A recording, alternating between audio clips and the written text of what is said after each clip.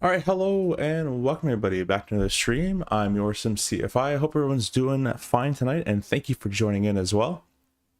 Today we'll be taking the 727 freighter from Keflavik to Alert Point, which is pretty much the high Arctic, really far north. The runway is all snow basically, and they do have an NDB approach. If that's the runway in use, we'll do that. We could do circling as well. But if the weather is too low, I have equipped the 727 with the FMS variant, so we can do the RNAV approaches that are required. Because most of the north stuff is all not RNAV. Thank you guys for watching. Either you're watching live or you're watching back later on. Really appreciate the guys that do that as well. Thank you so much for doing that. And also want to say a big thank you to the channel partners. At the top right corner, there'll be some partners going around that you can see on your screen. And then in the description, any discount codes that you'd like to use for Contrail, ProDesk, Sim, Tobii Eye Tracker, whatever you like, it's all down in the description. And today we're using the MK Studios Keflavik, which I got off the Contrail shop, which I think was actually a pretty decent price. So I may have used my own discount code, but anyways. So yeah, let's get started. It's kind of an earlier stream for us, so I don't really expect too much to be going on. I think everybody's kind of working and that kind of thing. So, but maybe we'll do a stream later tonight in the 737 as well, as I want to show you guys the PU Air Korea PLTB. So maybe we'll do that, and the Winwing PAP3 as well. Very quickly, some other news, very quick. I have a new office chair coming probably in the middle of the stream, so I'll be going away, but it's a 3-hour flight, so we have tons of time for me to build my new chair because mine broke, and so it won't be too comfortable for the first little bit. Oh, it got delivered. Oh man, I want to stop the stream right now and go build it. It's okay. We're going to keep going. We'll build it later. The second thing is I have 3 throttles from ProDesk Sim that are on the way. I purchased the 737 throttles, and he went ahead and added an Airbus set and a 727 set. So we will be flying the 727 for sure again once those come in, as I'll have the all of the throttles for it. I'll put the game volume up now so you guys can hear everything. And we shall get started. Flight Sim Captain, thank you for joining in, and thank you for saying hi. Really appreciate you. We're streaming both in vertical and in horizontal stream, guys, so if you don't mind to be hitting a like, I really appreciate that as well. So for you guys that don't know, the 727 is a tri-jet. This one's the cargo variant, but a tri-jet cargo airliner here. And it doesn't really fly anymore. There's a couple left, but not many. It was basically a predecessor to the 737. You can see the fuselage, or the nose is basically of a 720 or 737, and they just took out the other engines and put them on the wing. So we're going to be flying this today. If it gets laggy, which it kind of is right now, I'm going to turn on auto FPS, and hopefully that will help our situation.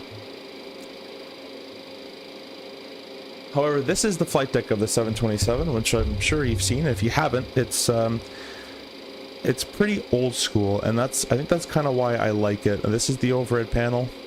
It looks intimidating, but honestly, everything that you do in your 737 is basically here, just in more switches. And this is the flight engineer panel, which we will be using this panel as well. So we will be doing that. And we shall get started. They also have a checklist that if you ever want to use the checklist, it is there for you to use as well. So we'll first head off over to this little kneeboard thing, clipboard. And I've already kind of set up everything. We already have the GSX loading us and everything. We're doing that. We have the GNSS XLS selected, which means we have this kind of old style FMS started. You can also do the Garmin 530 and the old style INS, which the INS is awesome and I love doing it as my preferred, but when you're flying north, it's basically all in RNAV, and there's no VORs or NDBs or all the SIDs out of Keflavik are all GPS required as well, so you kind of need either this one or this one. Also, something I found out is you need to have analog for NDBs to work. I found that out the other day. I don't know if that's supposed to happen, but in digital, it doesn't work. You need analog for NDBs to work. So we'll leave it on analog, as we might need one later. We're getting our weight. We've already been fueled, so that's happening currently. and we'll leave this alone. You also, by the way, guys, have this little phone here, and on the little phone, if you want not to, this airplane is obviously a 3-man job or 3-person job, so you can have your virtual flight engineer do all the steps for you. We're gonna do all this, but if you didn't want to do it, you can have the virtual flight engineer, the AI, do it for you. Right now we have the airspeeds bugged by the AI, and we're gonna have the pack temperature controlled by the AI. Also, we have fuel heater and engineer's voice on, so everything else will be us. I got 58 of you guys in the vertical stream. Thank you so much for stopping in and joining. Thank you. Be sure to like and subscribe. If you can subscribe, you'll be able to comment, and I would appreciate that. We'll head over to the flight engineer panel first with the very laggy transition. You can see they kind of give you an engineer checklist right here, but we're just gonna go from memory and go for the best here. So our battery's already on. That's it right there, and the ground power is already on, so we're already getting supplied ground power from the ground cart, and we've selected it on, so we have some lights and some hearing. You can hear some ticking going on. We're going to come down here. We're going to turn our electric pump 1 on. We're going to verify we have a 3000 psi.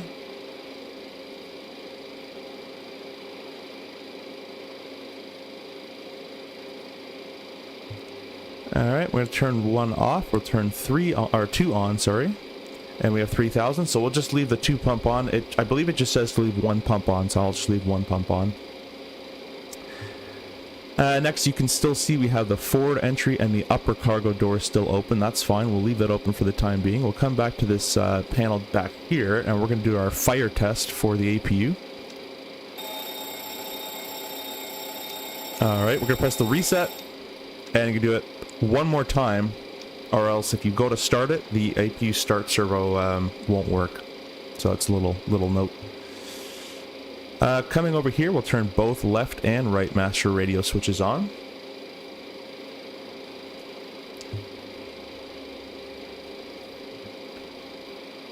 Auto FPS is just there we go. It was throwing my bring a little detail way out of whack. Up here, your generators, all our engines are off, so we're not going to use that right now. And down here is our fuel, and I believe it says to have 1 pump from each tank on. So we're going to go ahead and do that. All right, let's go ahead and take a look at the overhead panel. And looking at the top left, this is basically straight out of a 737 for the most part. It looks pretty identical. Coming down here, we're going to go ahead and test our, I guess we'll turn it on. Go ahead and test our inboard anti-skid and our outboard anti-skid. And I'll put it back to the normal position, and it's armed. You could test your flight recorder if you wanted to. This is our cargo fire detection slash discharge bottle's not going to do that. Below that's kind of a weird space because our auto brakes, we'll leave that for the time being. Coming down here, our navigation lights are on, everything else is off, and that's what we want. As our engine starters, we'll leave those off for the time being. Alternate flaps are all guarded and everything's good there. Microphone monitor works. And then up here is our window heats, our probe heating, and then below that's just our anti-ice for wings and engine. And then our probe heats down here. That's pretty much it for that part, so we're good down there. Let's get this FMS started. So we're going to press the on button. Let that fire on up. Flight Sim Gaming, hey, welcome. Hope you're doing good, my buddy. If you guys are watching, Lonnie is a good friend. He's a Flight Sim Gaming, he's another YouTuber and another live streamer. So if you guys don't mind going to his channel and saying hello sometime whenever he's live and popping a like and that kind of stuff, that'd be great. So just going through the self-test.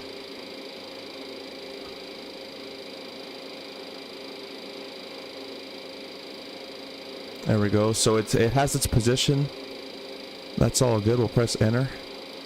And then there's a way. Oh, there it is. See, it found it. So it has our flight plan BIKF-CYLT to alert point. We press this. We press enter. And select. So now we have the whole flight plan in there. We're going to press our departure. And let's see what they're using here. Spidey7, hey, welcome, welcome. Thanks for subscribing, by the way, and welcome to the vertical stream. Hope you're doing well. So we're taking the Sokia 3 Alpha. Or Sora. Capital traffic. Oh, there's someone actually flying here. Pushing back from gate 11 facing east. Can I know what flight is this? It's a flight I just made up, but we're going from Keflavik to Alert Point with the 727. And that's a runway 1 departure, so I assume they're using runway 1. Let's go ahead and... You guys can't see this, stand by. Let me get that up and working for you. There you go. So this is the departure we're doing here. This the Soraya 3 Alpha. I don't know how to pronounce that. The weather, ATIS, departures runway 1, a landing's runway 1. So that all works out for us. We'll hide this. And so what we're going to do is I'll put this to the side. Let me here, and I'll get rid of that on your screen. We're taking runway 1, and we're going on... Not that one. We need the next page. Oh, here it is. Sorry, 3 Alpha. Enter.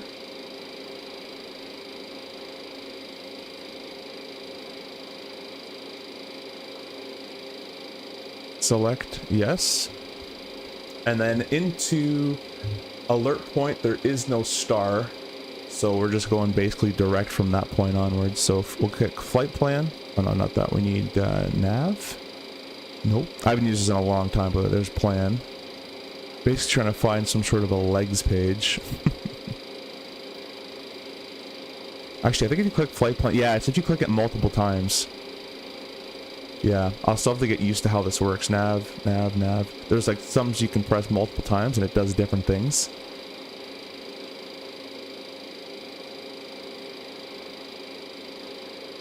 But anyways, we'll leave that for the time being. I would like to find out how to go to an actual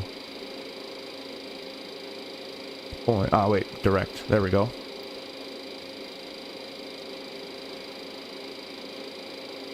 I think that's actually basically it. Let me check my flight plan. You know what game this is? This is Flight Simulator 2024. Yeah, that's actually our entire flight plan. KF-218, that's the top. 266th and Sawyer, top of climb. And then we're basically direct to the waypoint, or direct to the airport there. So that's it. Next page. Direct closest airport. We don't need that. Alright. Let's leave this on the VNav, I guess, for the time being, or the nav. Yeah, we'll leave it on nav page. That's pretty much good to go. There's no ATC here, so I'm just going to go ahead and squawk. We'll put it to the on position for the time being. And let's go ahead and go back here and get our, you know what, the doors are still open. We're going to wait on the APU. I might rush GSX if we're ready to go, but we'll set up a couple other things. Our flight cruise altitude is going to be 32,000 feet. And using this little chart, 32,000 feet should be a cabin altitude of 4,400. So cabin altitude 4,400. Is set there, and you can check auto fail standby works, and if I go to manual it works. If I should be able to close and open the door. I'm not seeing that ability. Yeah, it's probably me doing it wrong. There it is. Check mode. You can close the outflow valve door, and then you can reopen it. Go back to auto. We're good there.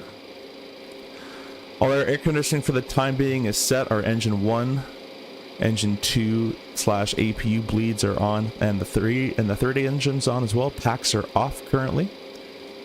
So we're going pretty good for the time being. Let's do a quick check. Let's see where we are. The battery's on. Fuel quantity has been checked. The boost pumps 1 in each tank is on. Crossfeed valves number 2 open. I didn't do that. Let's see how I do that. It's not this one. This one will kill your engine. Don't tell me how I found that out.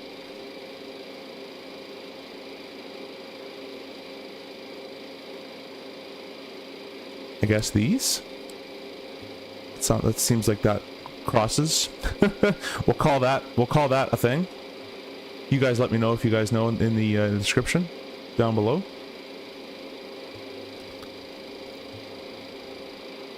Oh, it's above 172,000 pounds of fuel. Well, we don't have that.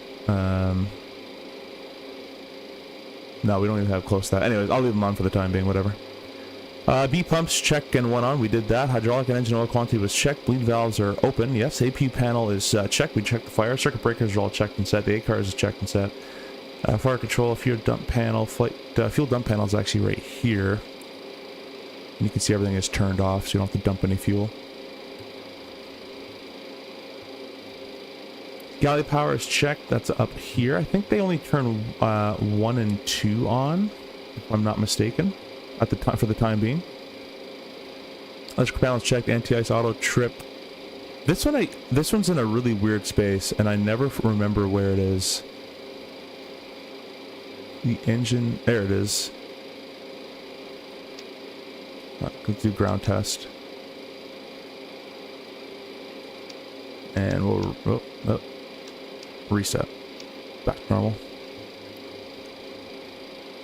Overheat warnings checked. DC power. A pumps on. A pumps on. Rudder power checking on. That one I don't know where it is. I've never found that switch. I'm assuming it's somewhere in a random place. Or it's like guarded and you never touch it. Should be in the hydraulic section, I'd imagine. Fluid shut off, ground interconnect, and... Alright, we're gonna say it's on, but... no. So we'll say yes. Oh, these are the cross feeds. We're not gonna touch it. Oil cooler, normal, and oxygen mask. Yeah, we're good. Cool. That's pretty much it. So that's the engineer before start, and then this is the pilot before start. You can see how much stuff they have to do, but we're pretty good. So let's go back to the pilot seat here. The captain's chair. We'll go to the takeoff section, and we're going to type in... Grab my on-screen keyboard. Yes. And we are at BIKF-F. Enter that. Take in runway 1. We'll load the winds and weather. Flap 15 is fine. We're going to set our EPR, engine pressure ratio, and our trim value. And we'll set our airspeeds. You'll notice all these bugs will move. There we go. V1 at 125, rotate 125, V2 127. And then our flap 5 minimum is 156, our flap 2 minimum is 196, and then our flap 0 is 196 minimum. So that's all good to go. Let's go ahead and start up our APU. The doors are still open, but I assume GSX has to be done by now. I'm just gonna set them to do it like immediately because I don't wanna wait.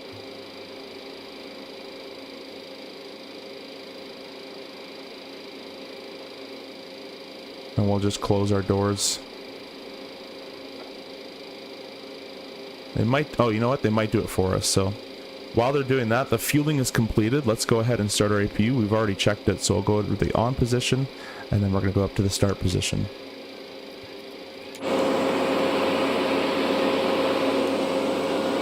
Cool thing about this airplane, the APU exhaust is right out of the wing, which is quite interesting.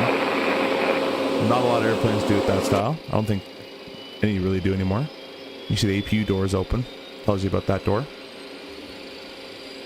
Alright, we'll go ahead and close. We'll remove the chocks, remove the cones. We're going to wait on the ground power because we still need it. Our APU is not on just yet.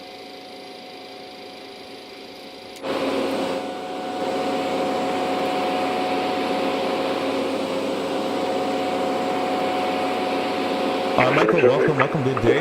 Hope you're doing good.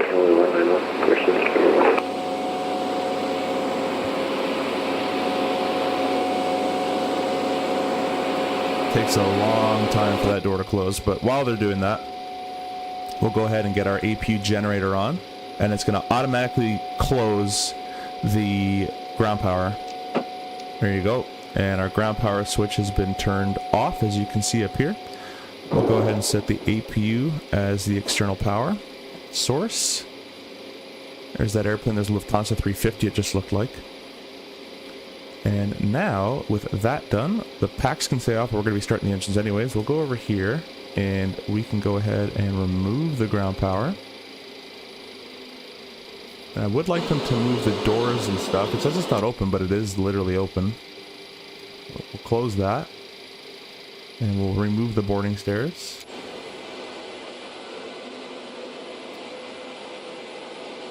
Maybe. Set. Oh, they're different. I have no idea what those ones are. Maybe from GSX. Let's call it GSX then. Although we don't really have to push. We can kind of turn out of here, to be honest with you guys. So, while we figure that out, I'm going to quickly grab up my Navigaph again. I'll bring it on screen for you, as I'm unfamiliar with the airport, so I'll kind of have a quick idea of where we're going. Well, basically I gotta go straight anyway, so I can just start up, turn left and right. So we're gonna start our engines, turn left, right, and then it looks like we're gonna have to cross at Sierra, and then left on Echo, and then holding. That's a pretty easy taxi actually, so that's not too bad. Not too bad. Aviation 101, welcome. That plane is old. It is old. Yeah, it's not. It's awesome though. It is an awesome airplane. All right, let's tell GSX to go away. Hopefully they'll listen to me.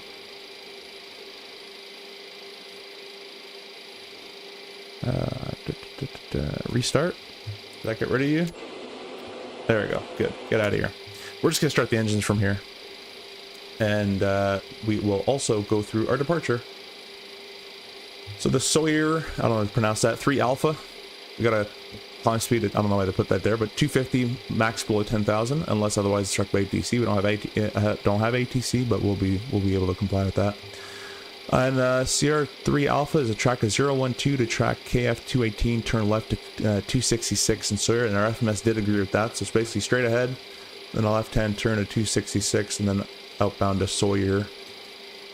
And at top altitude on the SID, and just a climb by ATC, I'll just put, there's no ATC, so I'm just going to put it right up to the cruise. You probably have 3,000 realistically, but we're going to go right up to the cruise altitude of 3,000 feet right there. Flight director eyes, we don't really need it, but what I will do is I'll put it, yeah, I'll leave them off. We don't really need flight director, it's VFR, so don't really need them. Catholic traffic ice, 29 Echo left runway 01. We're at the east apron. I'll tell them we're starting. Oh, actually, we don't have to say we're starting up. I'm just going to tell them we're going to get ready to taxi, basically. So, let's go ahead and start our engines. So, we're going to start number, let's start on the emergency lights. We're going to start number 1 first. Don't know if this is the right order, but we're going to put it into the ground setting. And you're going to see the N1 start to, the N2 start to rise. And about 20% N2, we're going to add fuel. Been really wanting to get the 737. Do you have a preference between the freighter or PAX version? I like the freighter a bit more just because there are more of them flying. We'll go ahead and introduce some, oh, I can't even look down. There's the fuel. So I would go with the freighter version. You can buy it on Contrail if you use my code down below there and save 10%. So if you're looking to buy it, you can get it on Contrail for a little bit cheaper. Unless there's a cheaper one somewhere else, then get it wherever you get it the cheapest. But I like the freighter personally.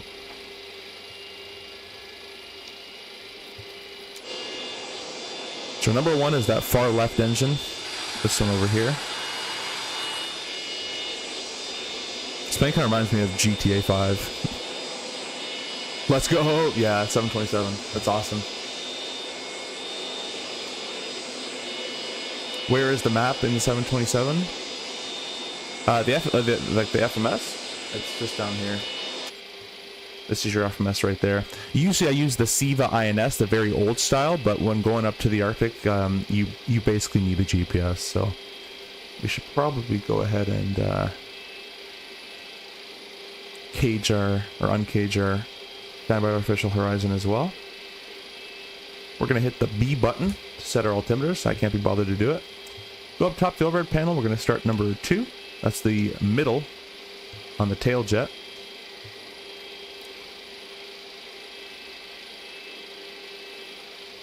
And again, guys, looking for a N2 of 20%. I said 29 Echo. N2 is the high compressor stage fans. It's the smaller fans that you can't see behind the engine, or in the engine.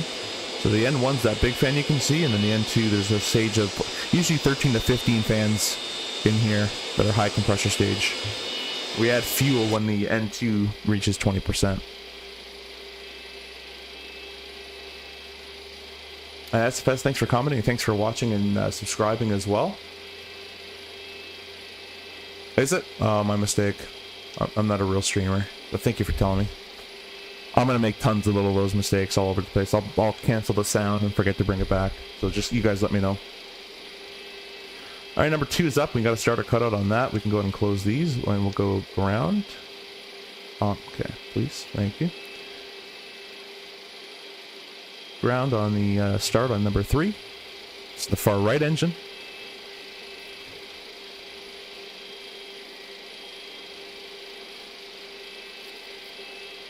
All right, 20%. We'll add fuel on 3. Not the greatest sounds in the world, but it'll do.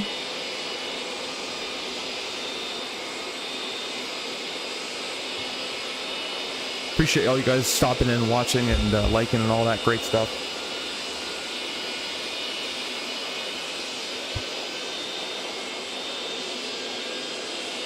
Awesome. So as our third motor comes up online there, we do have... oh, we actually don't have the one with auto throttle. That's fine. We'll fly it without it.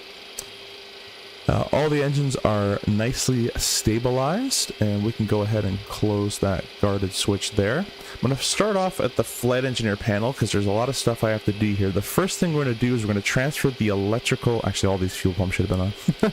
Oops. We're going to transfer the electrical power from the APU onto the engine. So we're going to put on Gen 1 to the engine, Gen 2, and Gen 3. So now all the generators from the engines are working.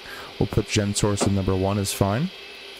With that being the case, we can go ahead and turn our hydraulic pump on as well. And we can shut off our APU. Alright, we'll turn our left pack and right pack on. And that's going to supply air to the cabin and the anti-ice and all the important stuff. And what I want you guys to remind me of is once we're holding short, because I'm 1,000,000% going to forget it, we have to put this switch from ground to flight deck. Or, sorry, to flight. And that will make sure our pressurization system actually pressurizes. Okay? That's basically it for this. It's honestly the same thing in the 737. Transfer your gens, turn on the packs, turn off the APU, make sure all the hydraulics are on. It's the same things, guys. It's just in a different spot. It looks more intimidating than it really is. At least in my opinion. Auto brakes will set to RTO. We'll go ahead and turn our taxi light on. We're about to get going here. Probes can get turned on. And our window heat can go ahead and get turned on as well. And we're going to set flap 15 for departure.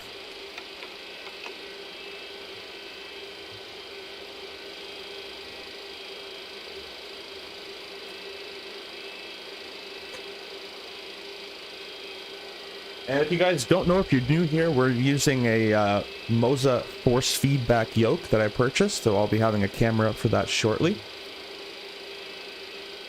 In the Airbus, you just need to turn the dial to start, and then, yeah, I mean, that's an Airbus, right? It's called the baby bus for a reason. This stuff's a bit more fun, in my opinion.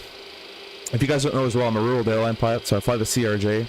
So I kind of come from the sim perspective, from a more kind of fun standpoint. The RJ is pretty automated in its startup sequence, at least in terms of packs and stuff. But it's in a simulator to me.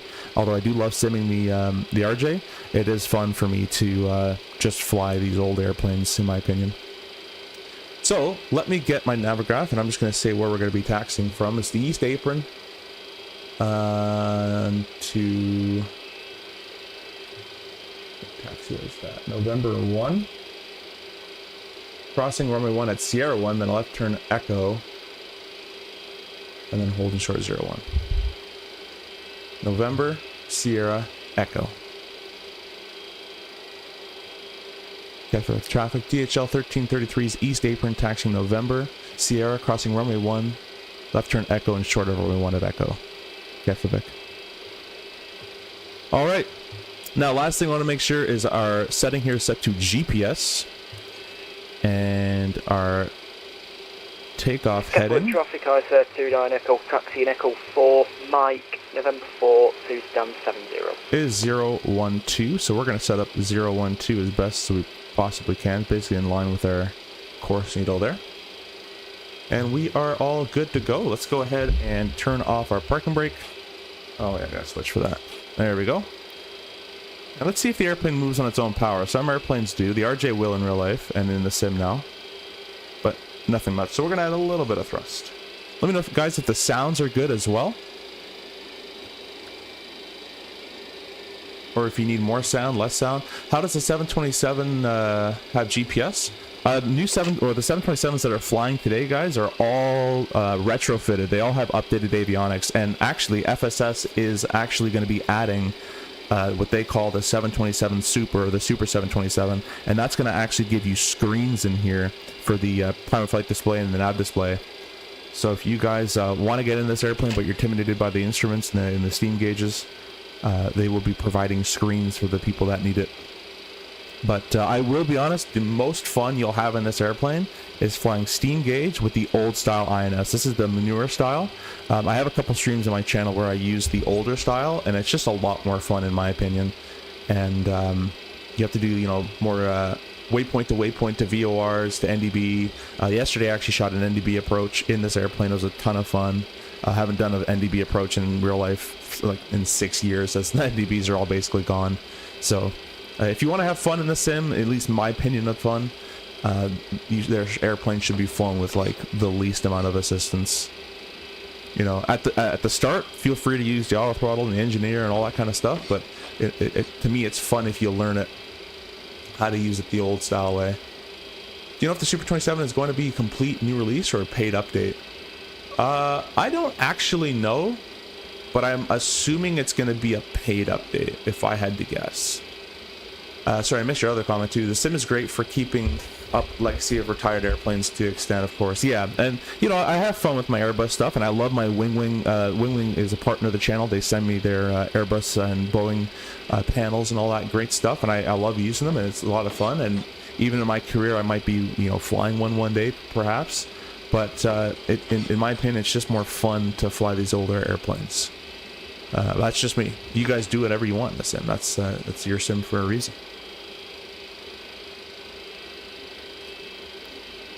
You know, pressing auto throttle and VNAV gets a bit boring sometimes. Alright, I'm going to take this right-hand turn. That's kind of the only way we can really go anyways.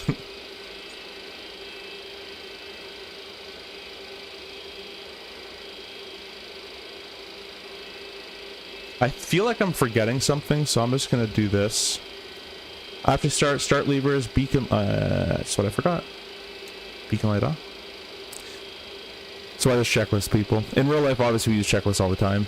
In the sim, I'm a little more laxy with it, so I'm just kind of having fun with you guys. Electrical power, boost pumps, bead pumps, hydraulic pressure, and lights. Flaps and runway green light, yeah. Takeoff data, yep. Stabilizer trim has been set. Probe heats on. Flight controls, yaw dampers, and seat belts. Air conditioning, galley power, fuel. Alright. So we're going to, let's taxi. How far we gotta go? Alright, I'll keep my head out for the or the runway crossing here. We are clear on the left, and we are clear on the right. I'm going to turn on Toby Eye Tracker, guys. If you guys want to get yourself Toby Eye Tracker, I have a discount code down below. Pacific traffic, DHL 1333 crossing runway 1 at Sierra. And so basically what Toby Eye Tracker allows me to do is if I want to look left, I can look with my face. And if I want to look right, I look right with my face. and it makes it a little bit easier to taxi. All the discount codes are down below. I'm flying glider IRL. There will be, sorry, and there we don't have any electrics apart from radio and yeah, exactly. So you really feel the plane 100%. Yeah, exactly. So that's probably a lot of fun for you. And we're looking right, looking left. And I probably have to dial my settings a bit. We're going to slow down a little bit for this turn. And we're turning left. You always want to try to slow down as much as you can in a straight line rather than in a turning kind of thing, because everything kind of starts to get shifted, and it's a weird feeling in real life. And we don't have FAs, but the flight attendants won't like it. No, well, actually, passengers won't like it either, but more of we don't want the FAs falling over. Alright, well, we're getting up to this area here. I'm going to keep an eye on this. So icing considerations not required. Cabin alert, the ignition, we don't, it says once ignition on. Alright, so we'll do the ignition to on. Ignition on. Anti-skid is on and check. Strobe lights, we'll get that in a second. Transponder, get that in a second. AP light is out. Boost pumps, oil cooler. And then it's after takeoff. Alright, so before I forget, I am gonna get rid of this. I'm gonna set our transponder to, oh, not that one, TARA. We are gonna go ahead and grab our pressurization to flight now, because I will forget that. And I'm just gonna go back into the books here and make sure the takeoff, everything was set takeoff and trim wise once again.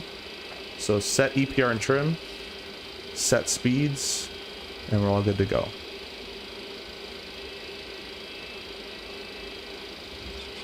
We'll pin you in, Dean. This is this FSS Flight Sim Studio 727. Unlike the Embraer, this one is a lot further along and in my opinion, very good. I highly recommend if you like these older airplanes. Another glider pilot. Where do you fly? Oh, he's talking. Yeah, I've never actually flown a glider. I've obviously done like engine out training stuff, but that's not that's not a glider. We're gonna go all the way to the full length. Because why not? Yeah, Austria in a glider is probably gorgeous. Kept the Vic traffic. DHL 1333 landing up runway 1 on the Soy here 3 Alpha. Alright, we're clear on the right. Let's go ahead and get our lights. We'll say we're cleared for takeoff because there's no one to tell me otherwise. Oh, please. And we are clear on the left.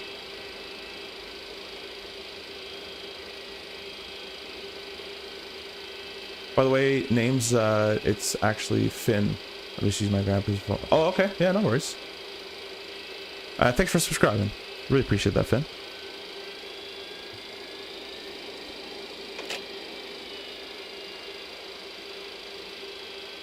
Alright, what I'm going to do is I am going to turn the flight director on just in the VL mode and about a 10-degree nose up.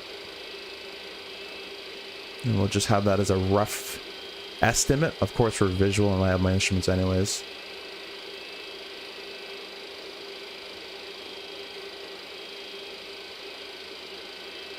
Alright, well, if you guys are ready to go, we got 15 set indicating TARA, lights are on. I'm all ready to go if you guys are. Let's go ahead. If you guys are members of the channel, you can become a member and use your togas in the chat.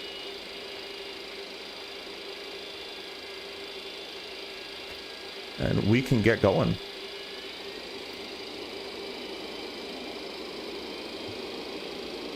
EPR of 201. So in real life, the engineer would actually set the thrust.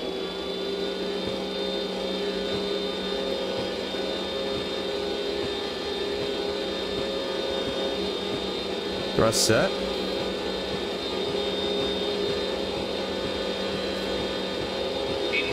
Checked.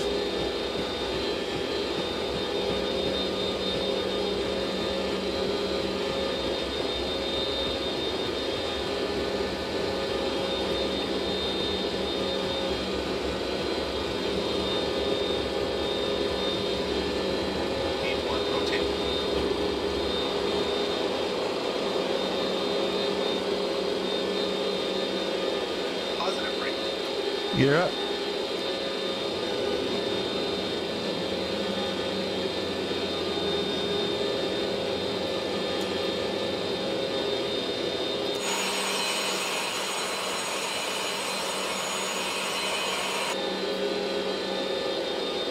We're gonna hold this until about 1,000 feet above.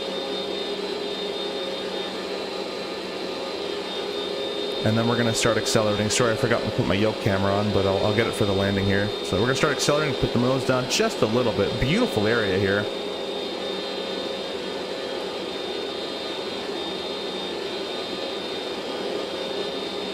And we're gonna follow our vertical line here. This is our, I put it in VL mode, which is GPS, and it's basically taking me on this course. We're about to take that left turn here shortly. We're gonna go flat 5.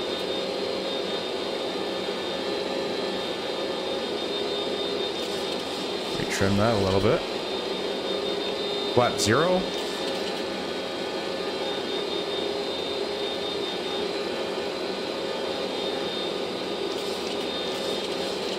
And the climb thrust is actually basically already set for us. Going to turn left onto the next waypoint here. Follow the line there.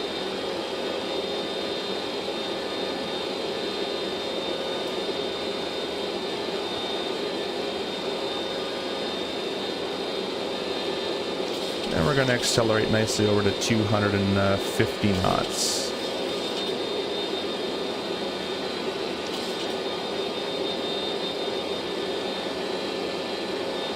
I'm going to pitch for speed, so once you get close to 250, like basically right now, I'm going to start nosing on up. Just to hold that 250. We're going to do our after takeoffs in a second once I got the airplane rolled out and we can throw the autopilot on.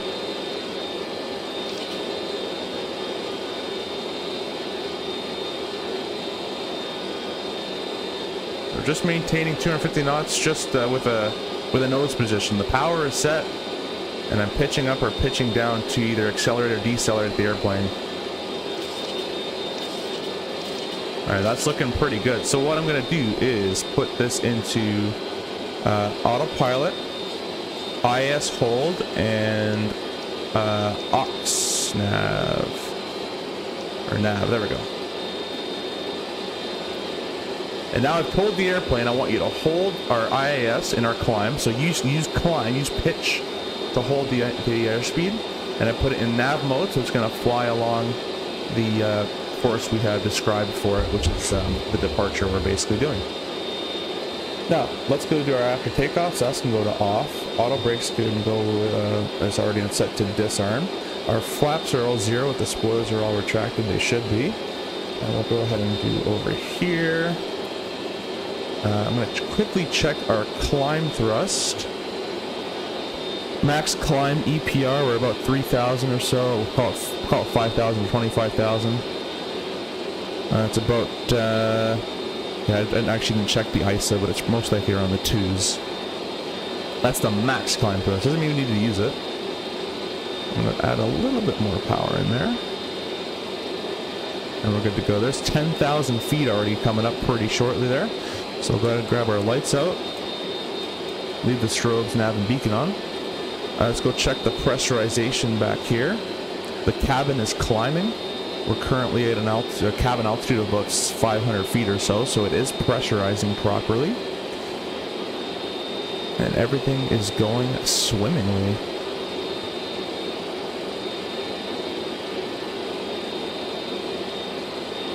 Alright, after this, guys, the next waypoint is Sawyer.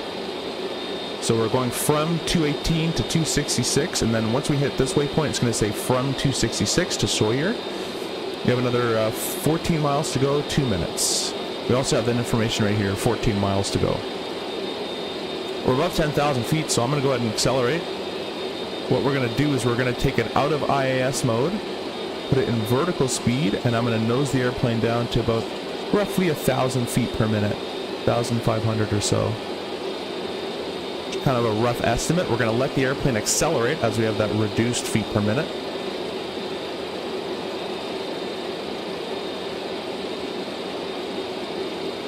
We'll do about 280 or so on the climb. There's no auto throttle. My power has been set. I'm leaving it there. I'm controlling the airspeed with pitch. And it's actually how we do it in the CRJ as well. The CRJ does not have auto throttle in real life either. Oh, good. Thanks, WX. How's the trimming feel with force feedback? Oh, it feels awesome. You get more of the feeling in a GA aircraft more than these airliners. I think the software still needs some help, but it's pretty good here. We're approaching our speed, so what I'm going to do is I'm going to start nosing the airplane up a little bit. And while I do that, I'm going to click IAS hold. And now it's going to hold my airspeed at whatever I set it to. So if we want to accelerate more, we can. I might accelerate just a little bit more. So I'll go back to vertical speed, nose it down. Finding the autopilot's a little rough, but that's okay. 6 miles to go. Let's sync our heading indicator with where we're going. There we go. We're at our speed now. Maybe a little faster is all good. And we're going to start nosing up. And IS hold. The reason I do the nosing up thing is just so when I press it in IS hold, it's not an immediate jolt of nose up. More of a real life technique than an actual thing. Now, we want to level off at 32,000 feet. So let's go ahead and press our Alt Cell button. So now it's armed to level off there. If we didn't do that, if we didn't arm it, Alt Select, if we didn't arm that, it would go right past 32,000 feet. It doesn't care. Alright, we'll do the after takeoff checklist here. After takeoff checklist, ignition. I forgot that. Off. Seatbelts, whatever. Landing lights off, logo light off, gear levers up and off. Engineers, hydraulic pumps check, and auto pack trim cutout, or auto pack trip. Oh, I guess that should have been for...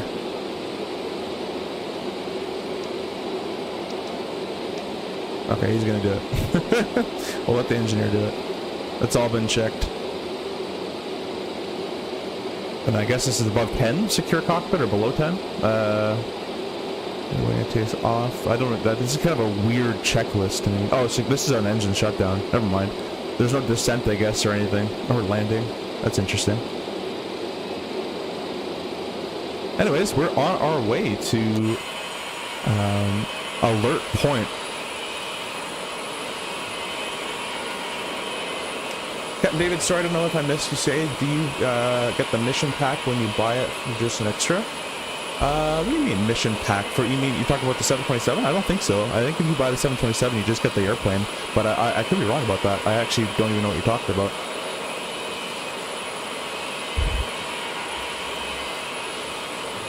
Sorry, I missed some vertical streams here.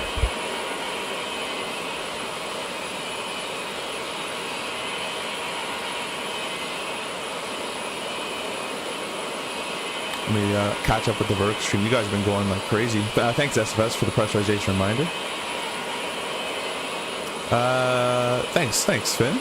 Appreciate the nice takeoff.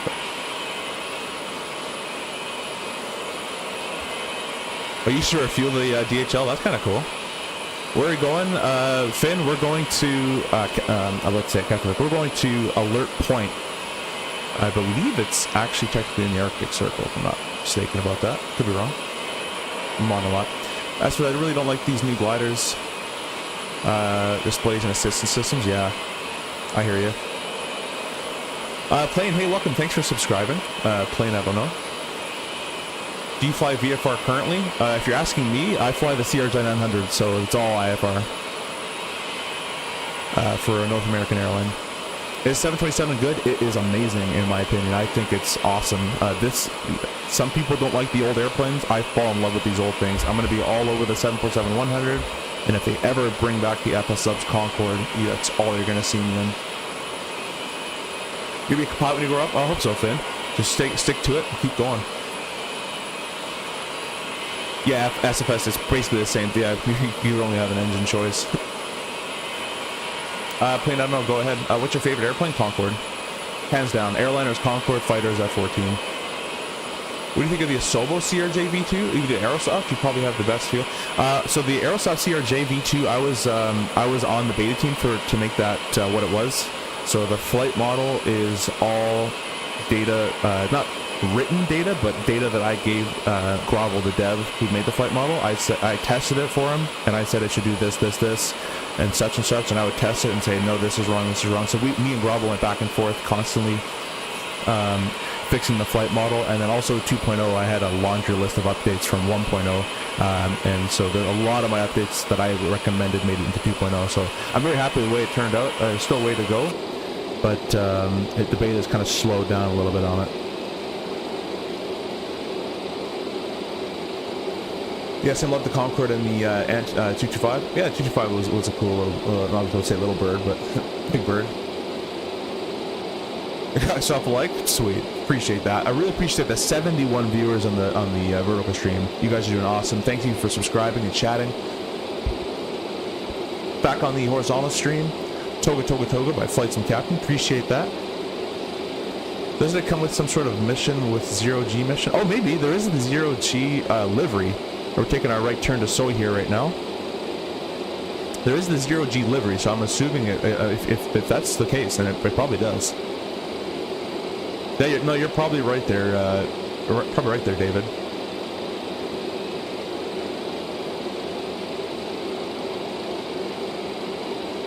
Thank you, Michael. Thank you for stopping by, and have a good rest of your day. This is a long flight, so maybe we'll see you later on. Appreciate you.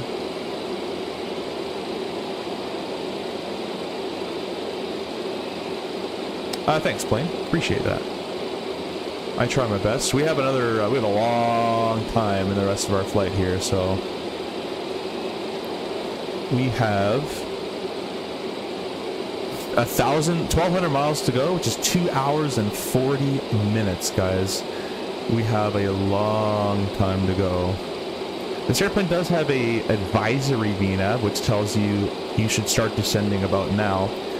But we are going to do our own little mathematical calculation for descent later on, and we're just going to verify and compare it with the VNAV. Also, guys, once we get to the level off at 32,000, we're going to do a quick fuel check, set our thrust for cruise, and then I got to go downstairs to get my brand new chair. I'm going to build it, but I'm going to be on my phone. I'll be able to check the comments after I come back upstairs.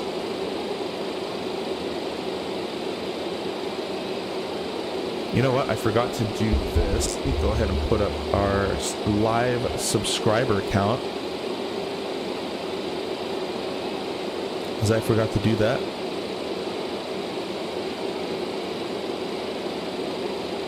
But if you guys have any questions on railroad flying, getting a PPL, CPL, IFR, I'm in North America, so I can base it off of that. I don't really know European rules if you're in Europe or anywhere else.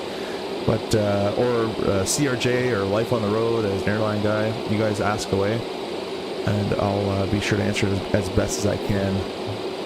There you go. Now you got a live subscriber count on the right-hand side of your screen. I didn't show you guys, but I'll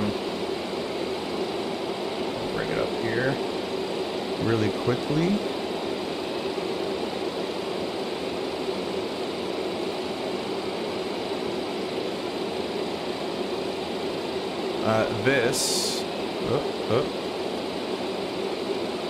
That is the Moza Yoke right here, and it is all force feedback. Probably one of the cheapest, like price-wise, force feedback yokes you can ever get. But I've been loving it. My gripes with it are the software needs a bit more work, because Moza is more of a racing sim kind of. Well, I should reduce my thrust a little bit. Moza is a racing sim kind of company, but they're starting to get into flight sim, so they're kind of new, so I'm kind of giving them some slack on that. So the software needs a little bit of help, and maybe some tutorials of how to use it and that kind of thing, and kind of the logic behind it. But I've been making my own profiles for a good week now, and I'm loving it. All right, let's go ahead and transition to about that airspeed. We're going to go vertical speed, and we're going to nose up a little bit here.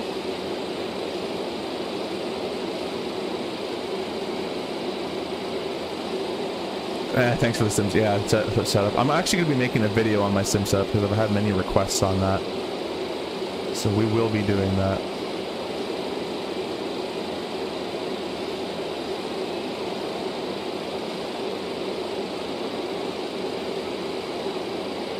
You like the black square, eh? I don't think I own the Starship yet. I have the A2A Aerostar, and I've been streaming that. No one really likes those streams. Whenever I stream the Aerostar, I get no viewers. I enjoy it, but no one really likes to watch those ones. But the Aerostar is awesome, and but everyone's telling me to get the Starship, so maybe I'll take a look at that. I've been flying the Kodiak a bit as well. Currently European Flight Academy. So if you have any questions about, you can ask me. There you go. Yeah, you can ask MSFS. Georgina, welcome. Thank you for stopping by. Appreciate you subscribing and commenting. Moza arrives next week. How do you find adjusting trim using the Moza Yoke? So it depends on the airplane. The airliners are all hydraulic, so they're not as easy as to detect in the sim. I think the software again needs a bit of help with that. But in you can still do it. But in the GA airplanes, depending on your configuration files, which by the way guys, I have a ton of config files for the Moza for each airplane, so if you ever want one, I'll probably post it in my Discord. I'll be in the Discord down below, the description there. But anyways, depending on the config file you have for the airplane, will change your experience drastically. So I have every airplane set up quite well where I can feel it getting heavier in a sense, and I know I need to trim, but not every airplane will do that. I didn't mean to press that. But it transforms the sim. It really does. Again, all that needs to happen is the software needs to keep getting updated and better along the way.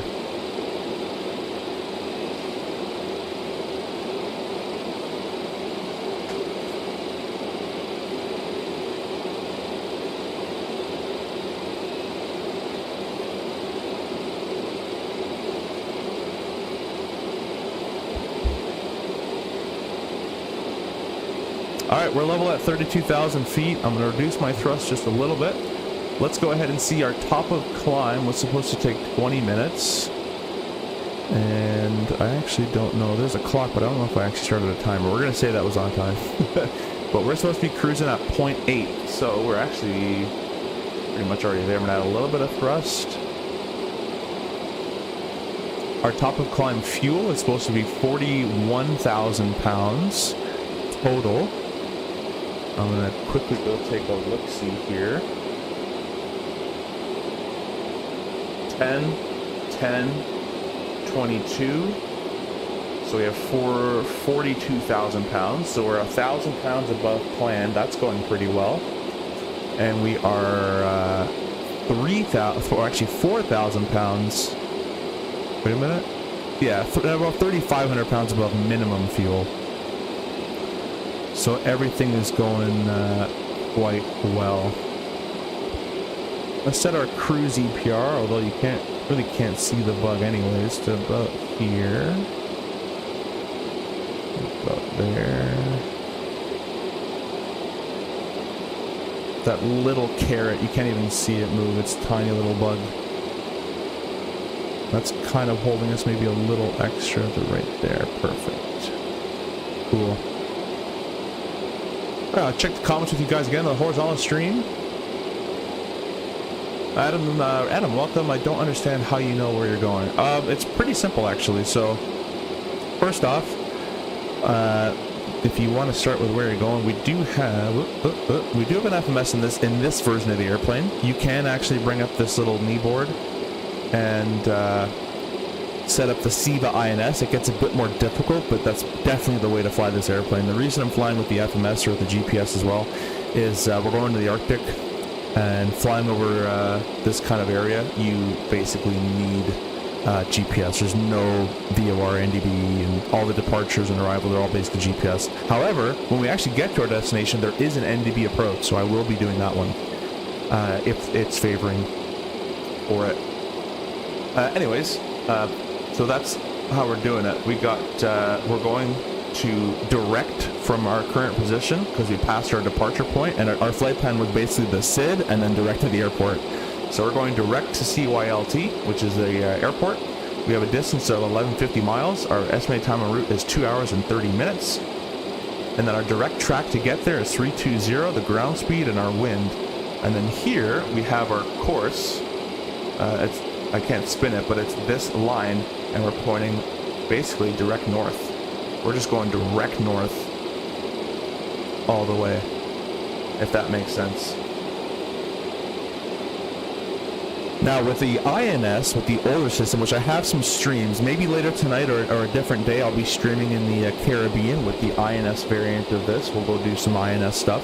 The INS actually doesn't use the HSI at all. It will give you, might give you range, but you'll actually have to use the INS to actually navigate, which is really cool. It's my preferred way of doing it, but unfortunately this flight plan just can't use the INS. It's too outdated for this flight plan.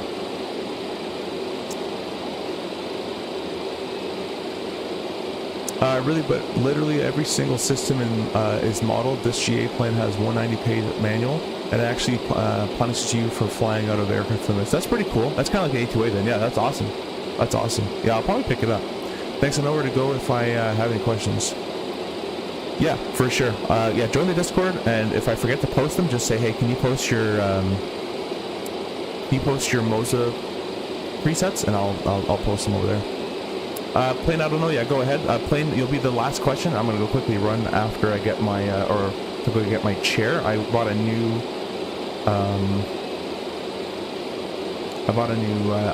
office chair because mine is currently broken.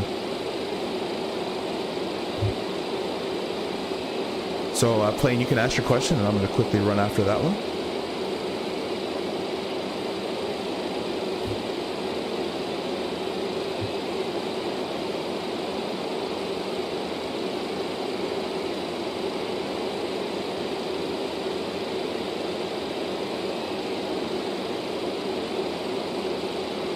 The best plane...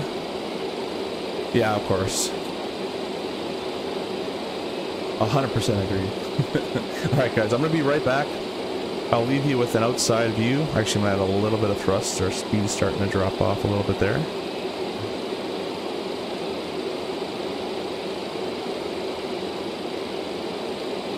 You know what, for the time being, because I need to go downstairs and away from my computer, I'm gonna equip this one with with the auto throttle.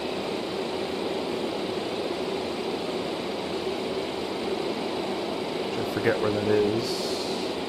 There it is. And we will turn it on. And I set it to 0.8. And we'll leave that for the time being because I'm gonna step away from the flight deck completely. I will be back, and once I'm upstairs in about 5 to 7 minutes, I'll have my phone as I'm building my chair, so you guys can still comment and all that.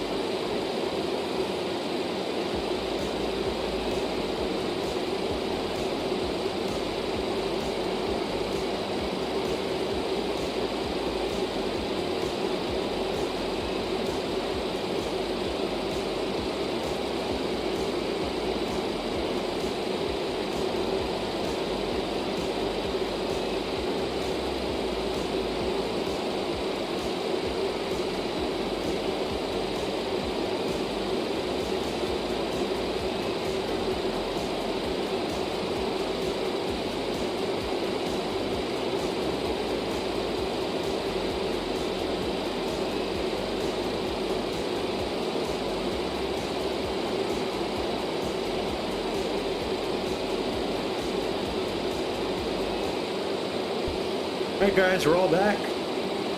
Just got my new office chair downstairs. I'm gonna have to build it, but I will be 2 seconds away from the mic.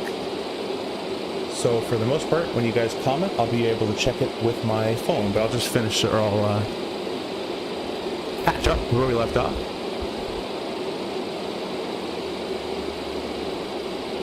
I sent you a written review, or a written comment there,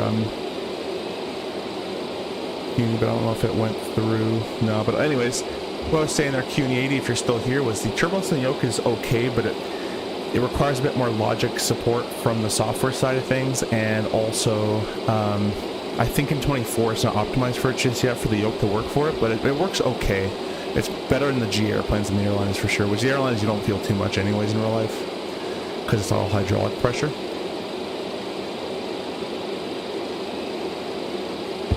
But it's not bad. Nighthawk, welcome, thanks for subscribing, thank you for commenting as well.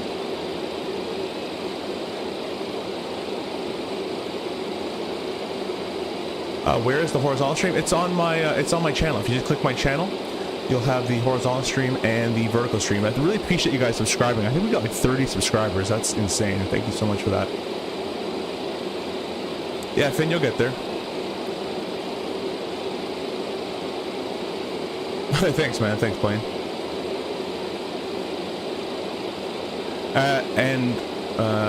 Sorry, Nighthawk, I don't really understand your question here.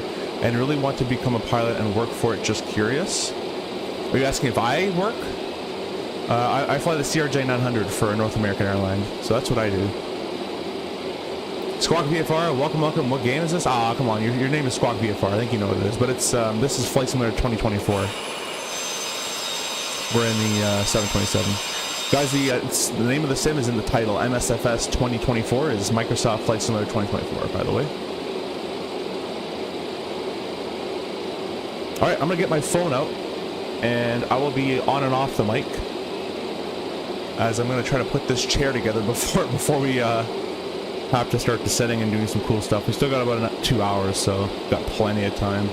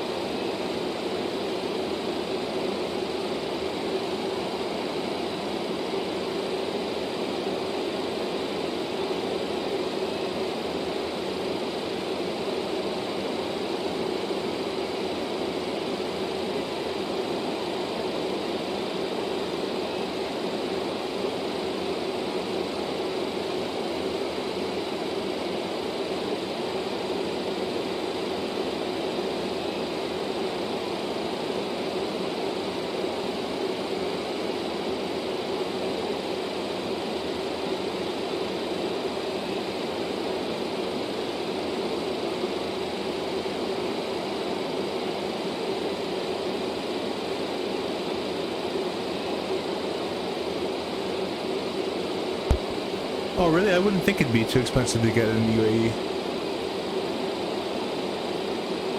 That kind of sucks. Well, hopefully you can save up and get your own.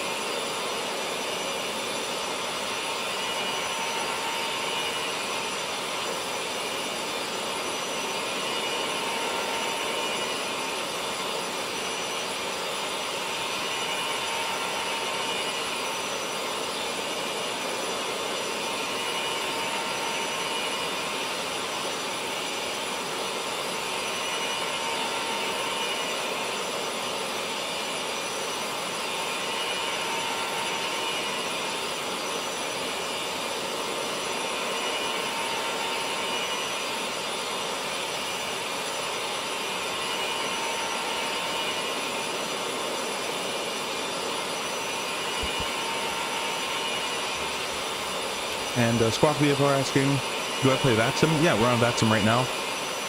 And a lot of my other streams, if you go watch the other streams, older streams back, we're on VATSIM and pretty much all of them as well. No, I don't play any. I don't play any Roblox.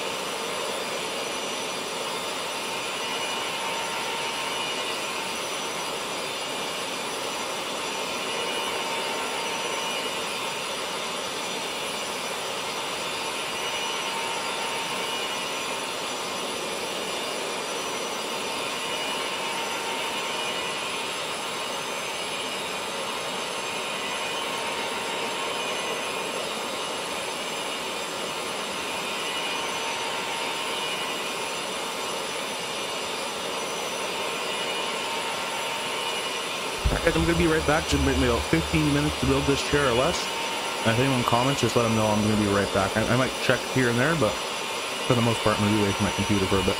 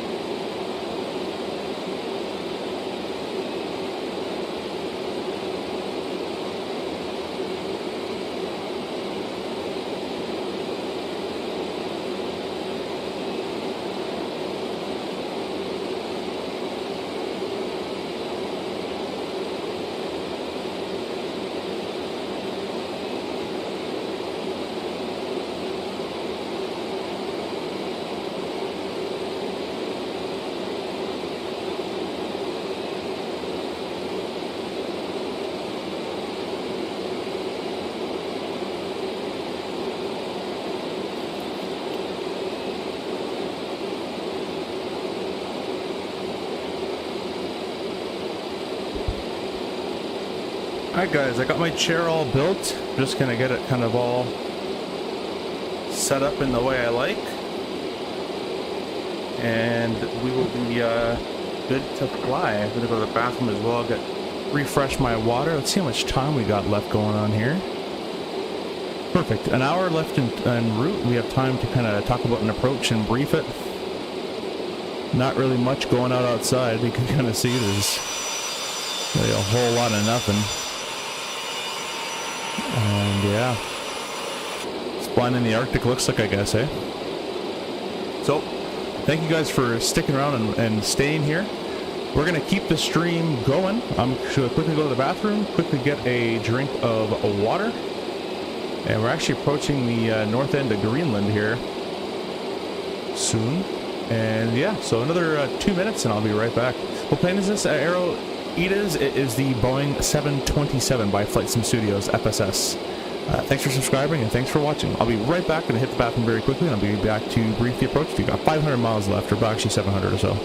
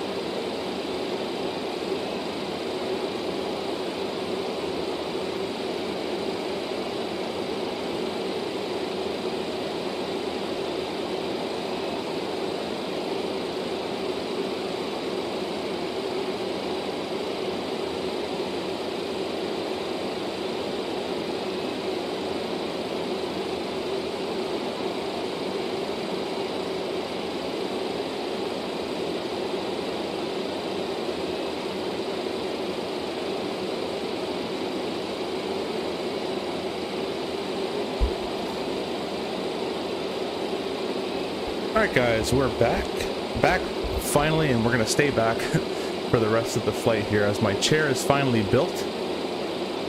so I'm able to not break my back and sit here. So we're going to start planning an approach. And the first thing to any approach is getting the weather so you know what approach to do. So let's go ahead and press KCLT. And we'll press weather. They got nothing for ATIS, but they do have a METAR. It's wind is 3304. It's VFR. And altimeter 2938. So what I'm going to do is in our standby artificial horizon, I'm going to put in 2938. Pretty low pressure. That's okay. There we go. 938. And well, with the wind at 330, our choice of runways are 5 or 23. Well, it's only a 4-knot wind, so we might as well go for 23 because it has the NDB approach, and that's the one I kind of want to do. So we'll do the NDB 23, which looks like this. We're going to tune this in real quick. This is the NDB, the LT NDB, so we'll get that tuned in to 305. So we'll come down here, and we will... Oh, the ADFs are gone. They should be there. Let's go to our little helper here. Options.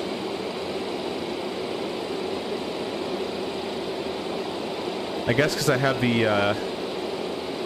FMS in here, it takes out the NDBs.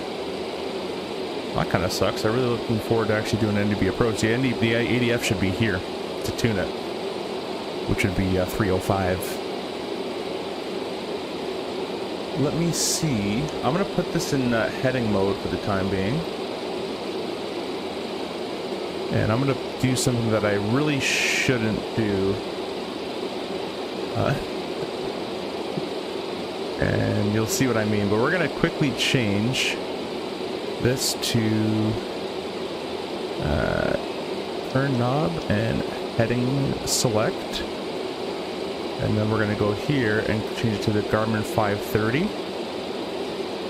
Still no ADF.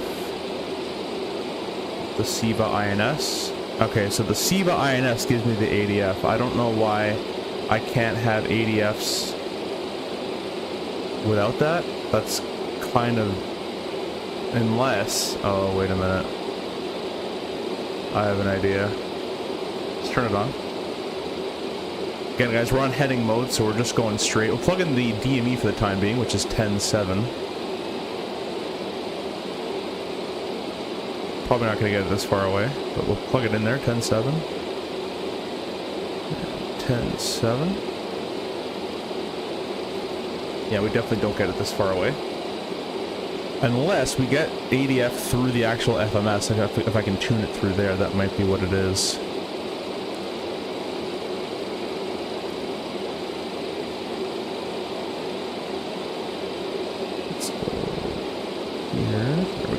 Oh, this chair is so much nicer, guys. Alright, so we'll go direct. KCLT, enter. And we'll make sure we're in GPS mode. We'll go back to VOR nav. And we're flying back on autopilot. Let's try. I wonder if there's... Ooh, look at this. I'm getting distracted now. Oh, we got a nice little display. There you go. Look at that. Tune. Oh, I can't click the tune button. So I'm assuming you get ADF through this once they fix it.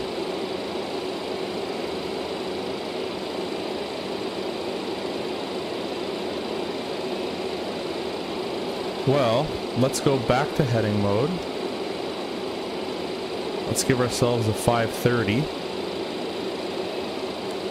Got the lag. There we go. It has our route already. Or it did.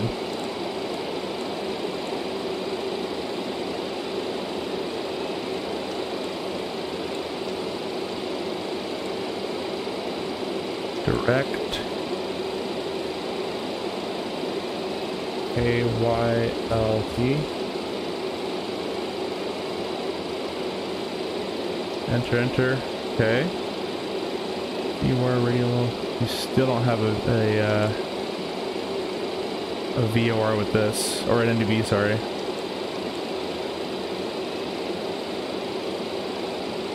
Alright, well what we're gonna do, this is very unrealistic, but what we're gonna do is we're gonna continue on.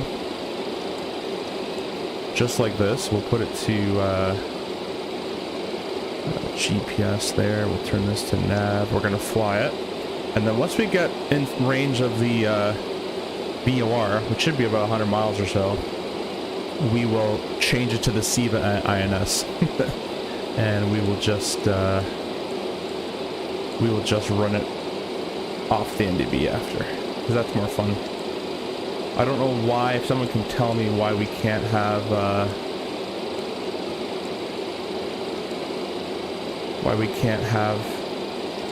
INS, or sorry, ADF with like an FMS or anything installed. I don't like that at all.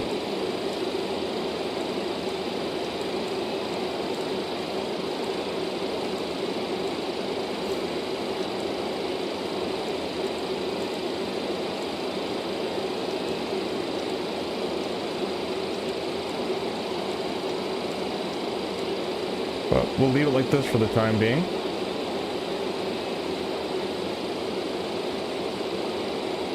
Never mind, we'll leave it on heading mode because it's doing some garbage. It seems like it's a bug in 2024 recently that's been happening.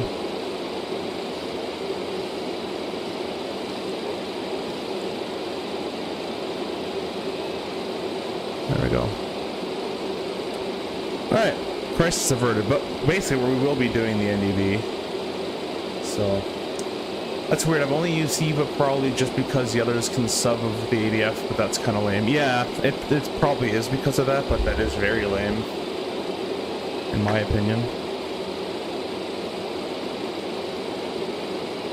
So, anyways, what's gonna happen is we're coming in from, we're going from the south to the north, so we're literally flying like this. So we're gonna fly, hit the fix, turn outbound. I don't know why I can't move my chart right now. Why is this being...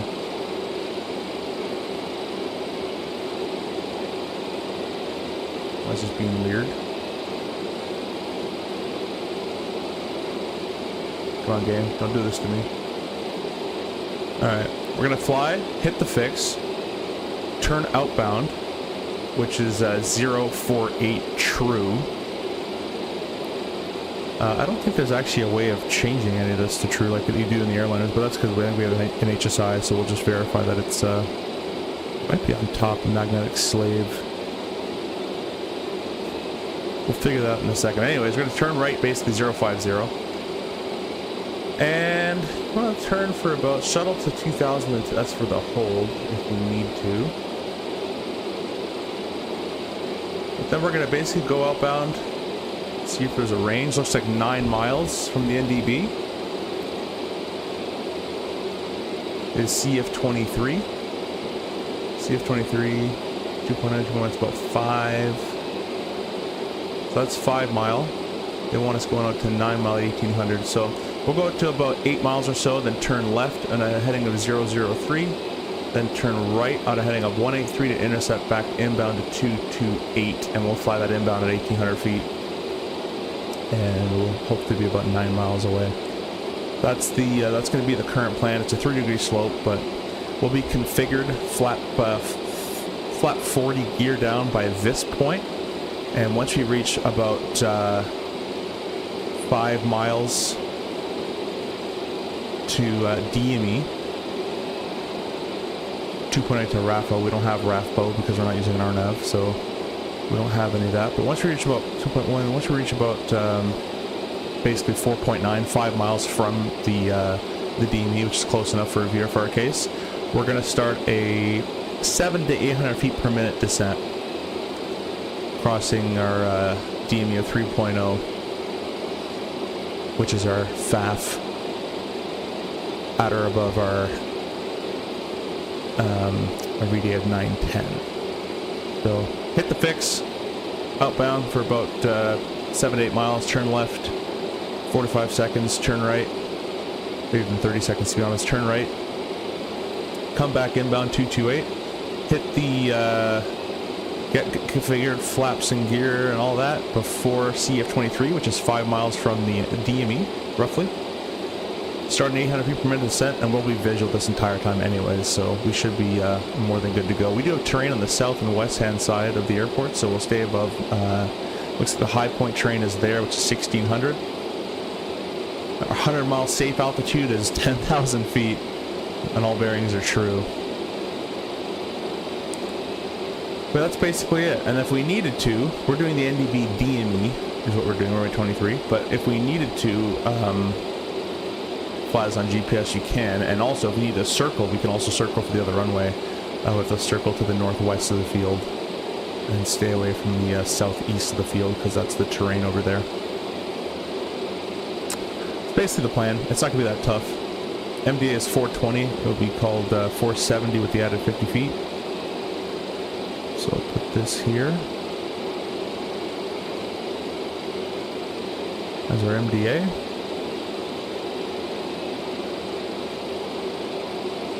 And it is below 0, I'm assuming. Let me check the weather.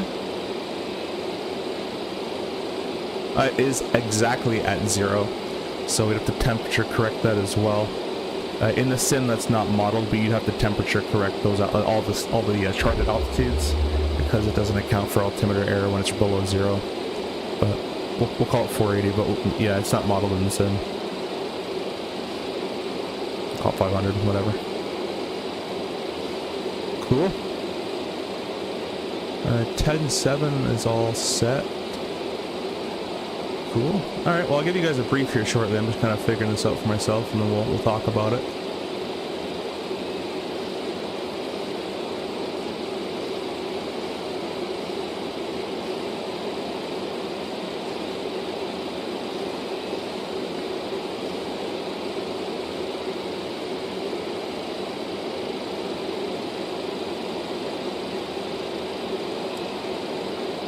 Yeah, we're still way too far to get any sort of DME anyway, so I'll bring up the chart. Let me check the comments if you guys are chatting at all. Is your 747 Dreamlifters landing also in 2024? I've never flown that in 24, but Kodiak has the problem. Anything with the base like Garmin Fit 530 has like a problem that I found. Appreciate you guys watching as well. So let's bring up this. I'll bring my chart up so I can see it. We're going to be doing the visual backed up by the NDB DME runway 23. So page 16-1, effective 16th of May. NDB is 305. It's set. Well, will be set left and right once we have it. Our final approach course is 228 true heading, and then our glide path check at RAFTA, which is I believe 3.0 DME. So 3 DME. I'm going to write that in here actually. 3 DME is 910 feet. Temperature corrected would have probably been like 1,000 or so, but it's not modeled in the sim. MDA got set to 500, and the MSA based the highest sector is 6,600 feet, but on our approach will be 1,800 feet. So there's some more terrain on the west side there. Missed approach is climbing right turn to 2,000 feet, heading of 048 true, and return to the NDB. So it's kind of a weird missed approach. You basically go missed and take this right-hand turn. Shuttle climb to 2,000 within 9 nautical miles if you need to, and then you go direct to the NDB, unless they ETC would wreck you otherwise.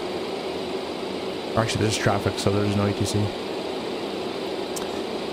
Glide path is 3 degrees, so approximately 750 feet per minute.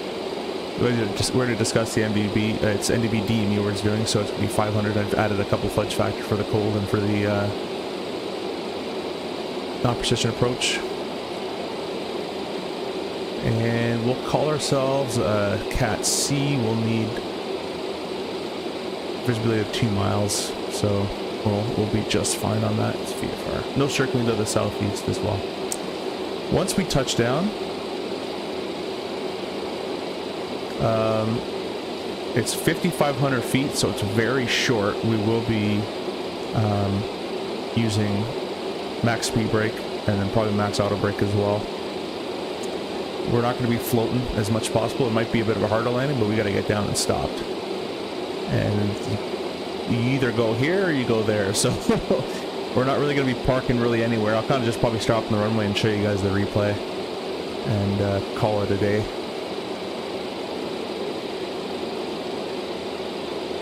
That's basically it. That's the plan. I just gotta execute it.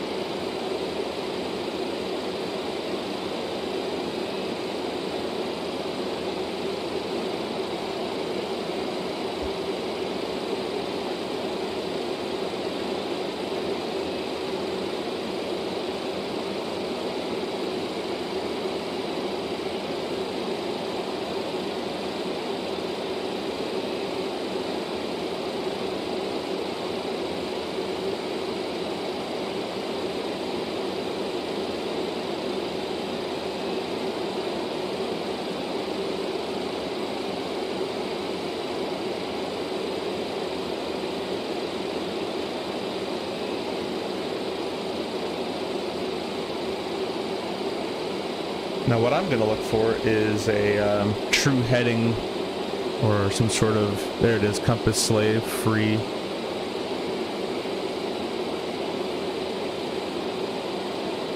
But I don't know how to make that true.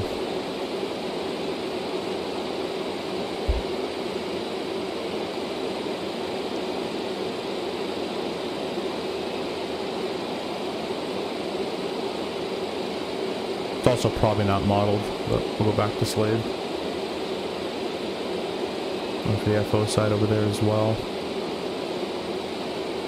I guess you'd set it to free, I'd imagine.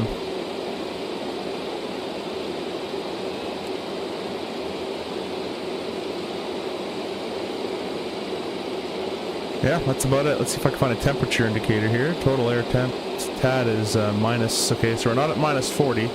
So we are going to touch these clouds. Let's go ahead and touch our anti-icing system. We'll grab our engines up. So this is wing. Engine 1, 2, 3.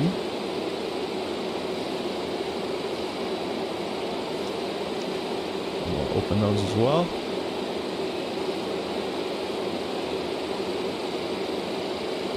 Just to prevent any ice from forming, we got to do that prior to entering the icing conditions. And we're, at least in CRJ land, we don't put our wings on unless we get the ice message, but there's not going to be an ice message in this, so we'll kind of alternate between wings and cowls. I believe you can only heat one at a time.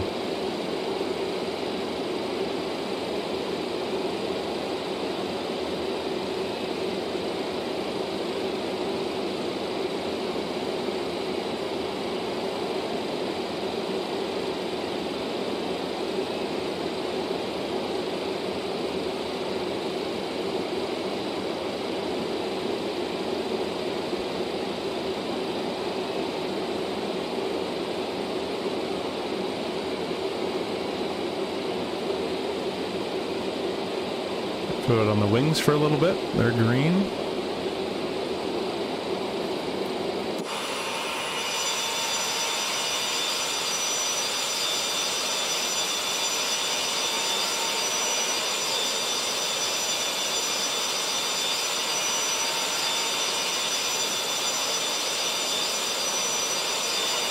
It's a beautiful airplane. If you guys like these old airplanes, they're so much fun, in my opinion.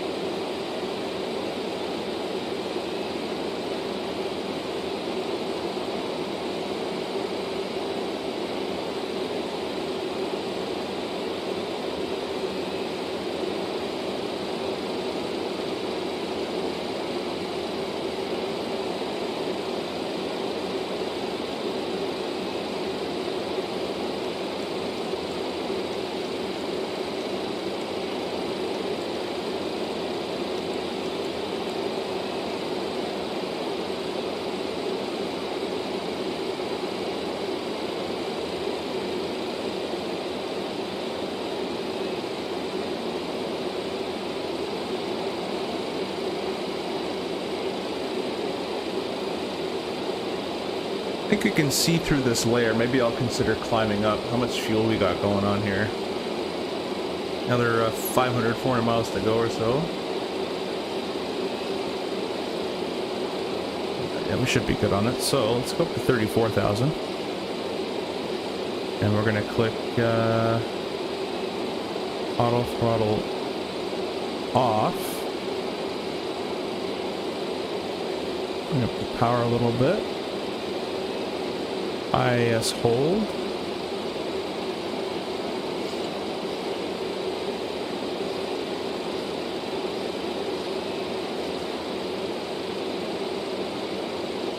There we go.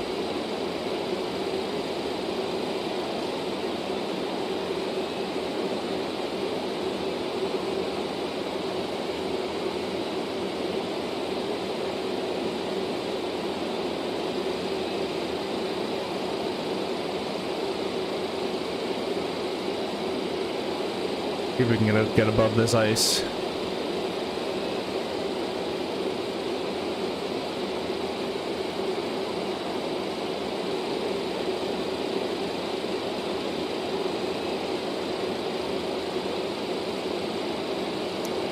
Somehow get free, then align it with true north with it with his 46 degrees at alert.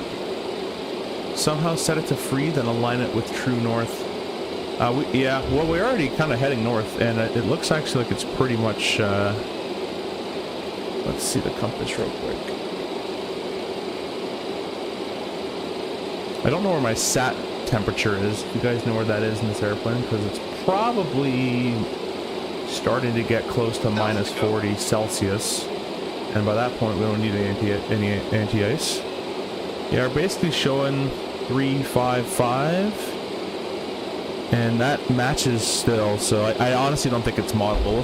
We'll see as we get closer if it makes a big problem there.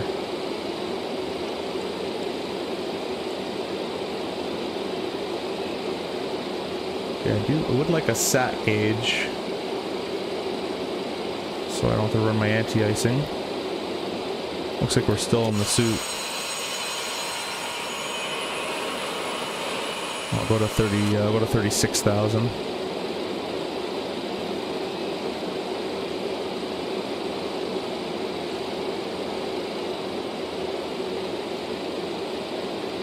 We're back on the wings. Alt cells armed.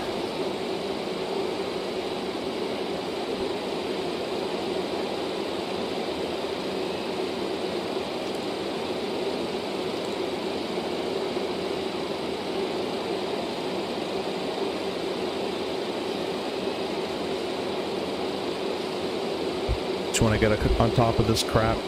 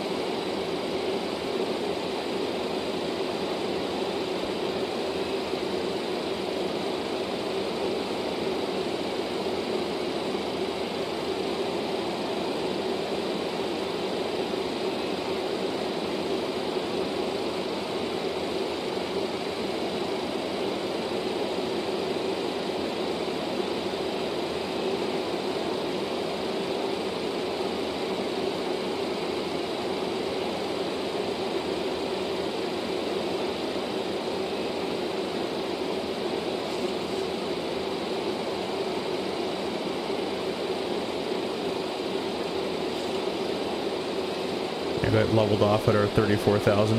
Buck overspeed there. Get it climbing a bit more. Let's do vertical speed.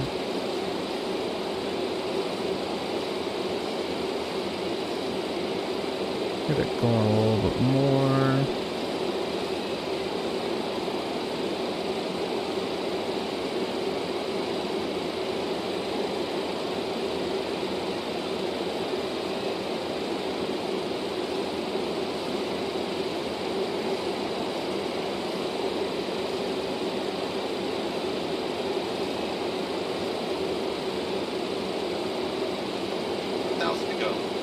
Check. Alt cell. IS hold.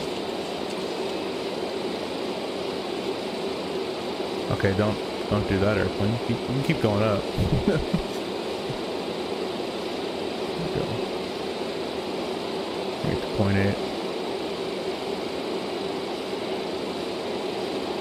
We're starting to get on top.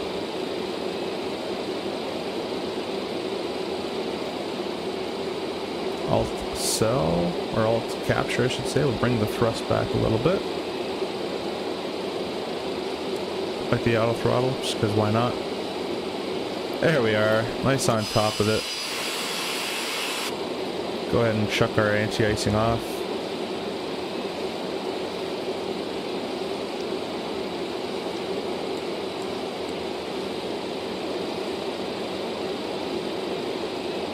Get a little bit better fuel burn.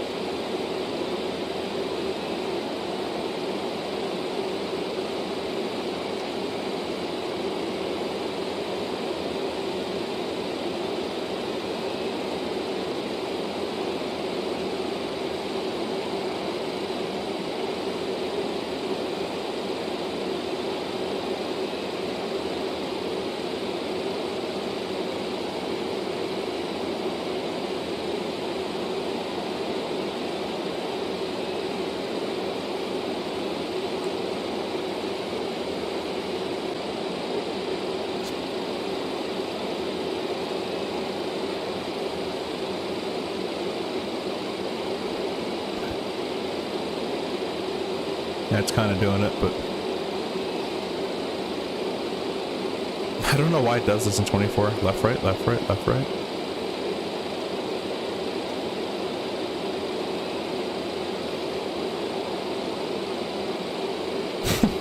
Alright, back to heading hold, or select.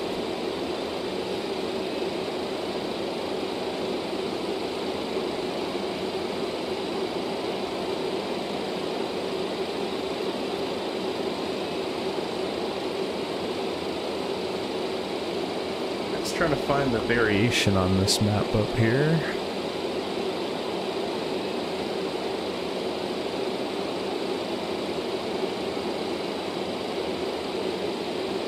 You're saying it's minus 40, eh?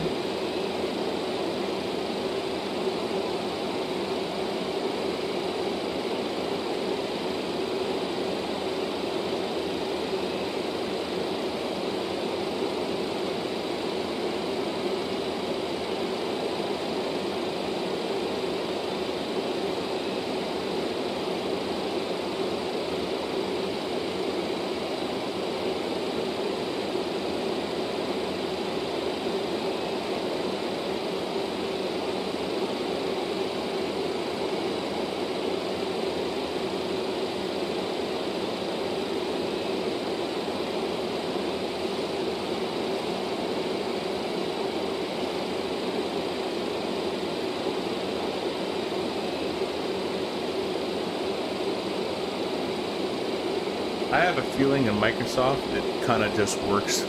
There's probably no difference between true and magnetic in this thing.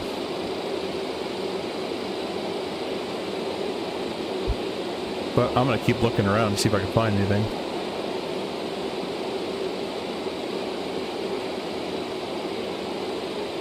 Oh, ADS right here. This whole time it was right there. Okay, let me go ahead and tune that up. I'm being dumb. I couldn't find it. 305. There we go. And we'll go back over here. And we'll bring ourselves back to the FMS style. Turn that on, let it do its self-test again. ADF. ADF. Let's see if we get anything.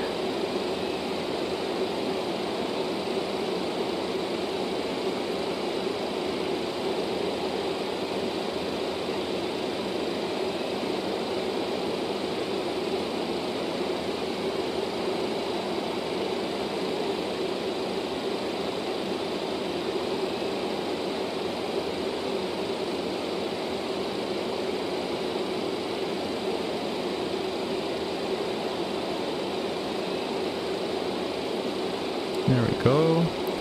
We're going to put an approach in just in case I screw up. 23, NDB, select, enter, and we're going to go direct CYLT. Put it back in nav mode.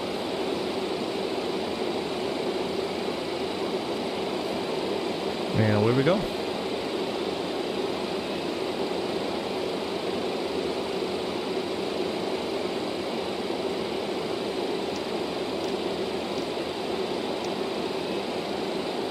And we got the ADF set for 305, which will be good.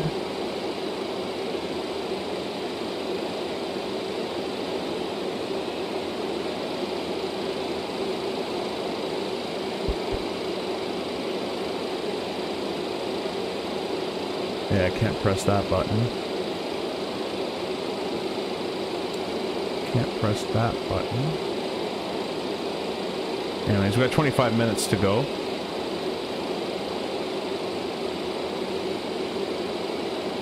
So we gotta lose 34,000 feet.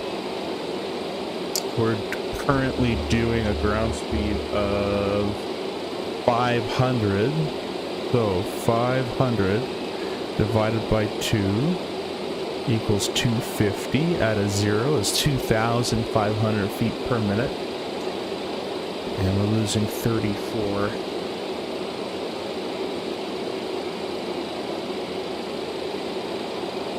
So we're going to start roughly about 90 miles away at 2,500 feet per minute. That should work out just fine. Let's altitude pre-select to 2,000.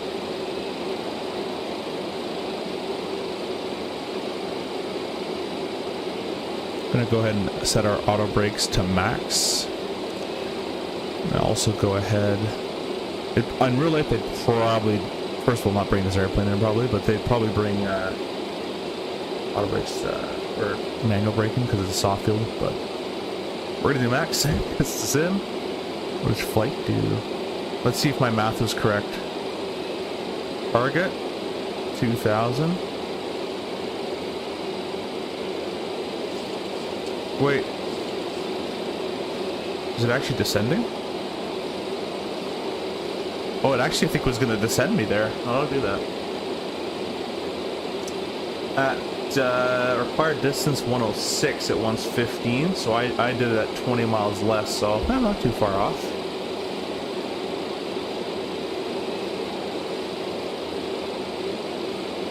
Landing, it's going to be a flat 40 landing. The minimum landing distance available that I require is 4,900. We have 5,500 to play with. So that's good. We'll set our ref speeds and we'll set our EPR for a go around. That's a go around EPR of 202. That's all set. Should start to get the ADF in real life, or the NDBs are not line of sight. ADF is not based on line of sight. VORs are, so it makes sense why we're not getting the VOR, but we should be getting some sort of NDB.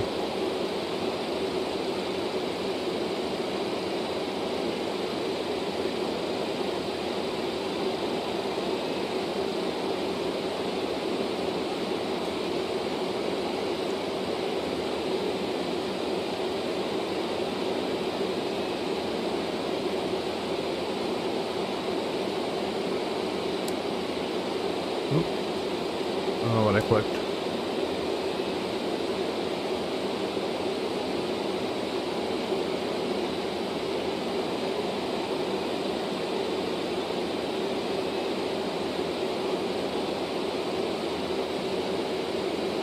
Oh, I should have changed this. 6,000. And it requires 6,000 feet.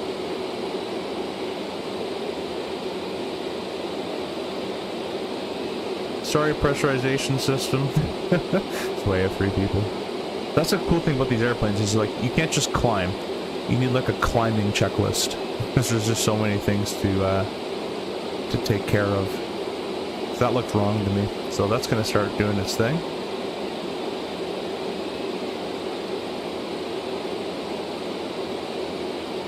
The fuel heat going on.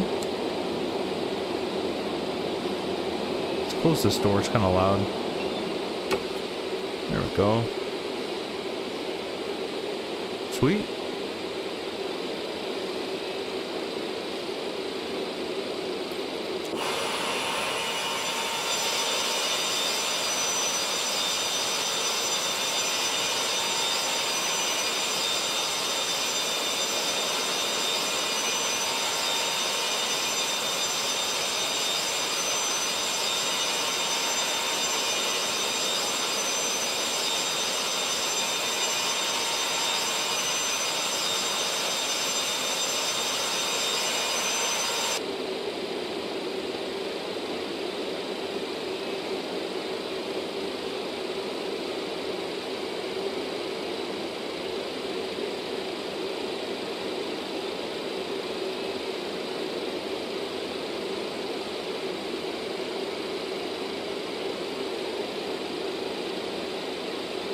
This is actually, I think, now the longest flight I've ever done on stream.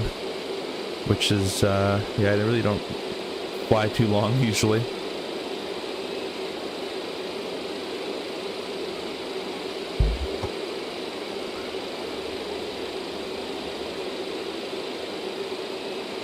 I'll put these on so when I hear my DME and ADF go off, I'll be hearing it.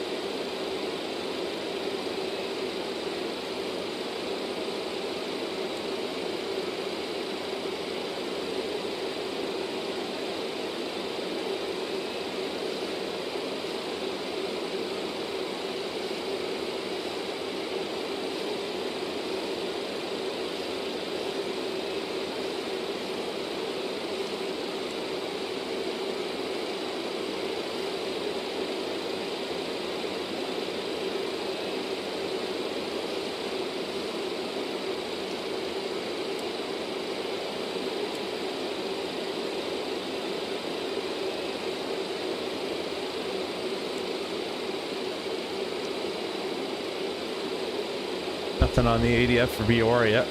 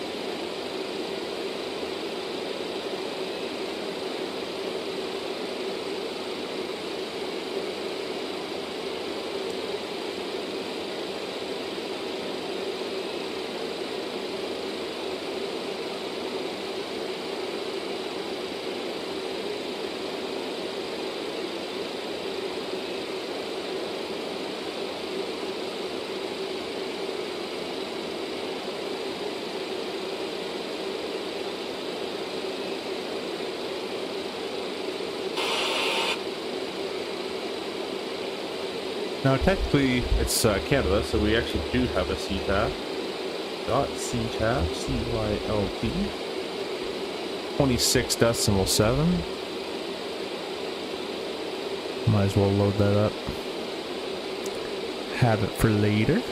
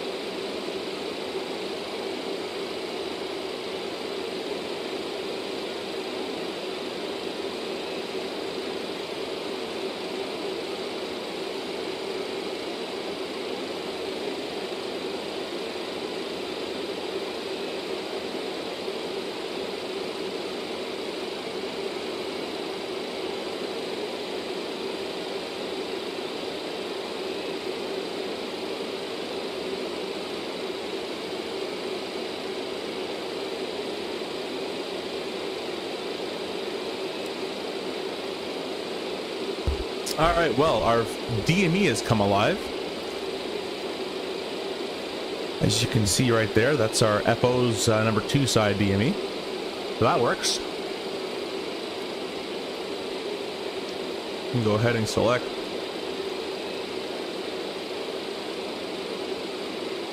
And try.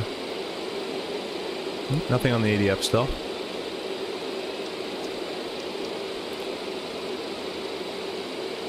Usually an ADF would get picked up first before an VOR, but or a DME. 305 is what it says. That's what we got.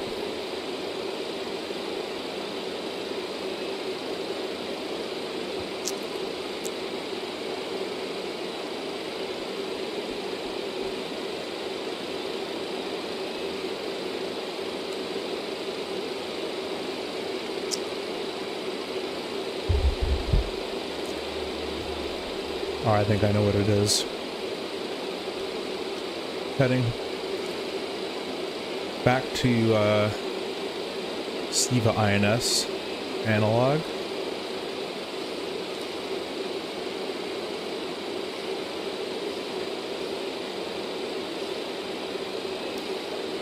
.305.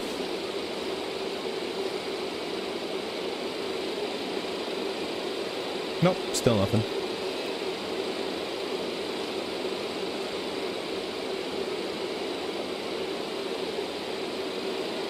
Alright, well, we'll go back to this one.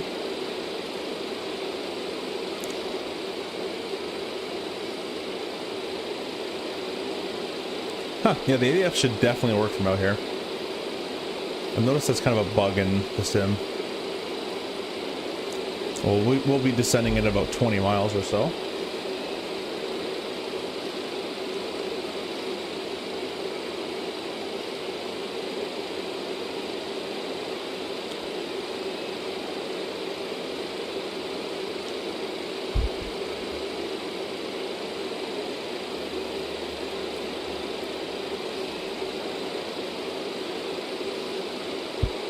After this one, I'm going to the gym.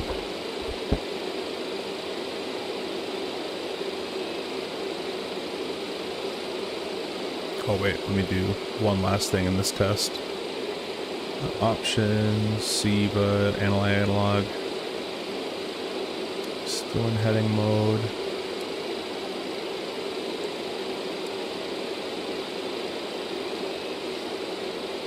Zero 5. Nope, that's not the problem. Alright. Go back to this. Turn it back on.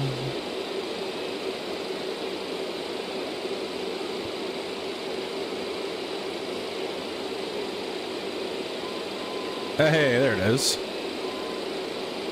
Hear the Morse code?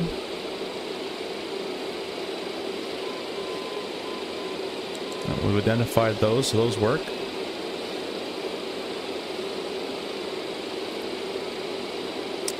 Alright, 90 miles away. Got 2,000 feet selected there. We're gonna select, we're in vertical speed now. Let's get this working really quickly and then we'll start our descent.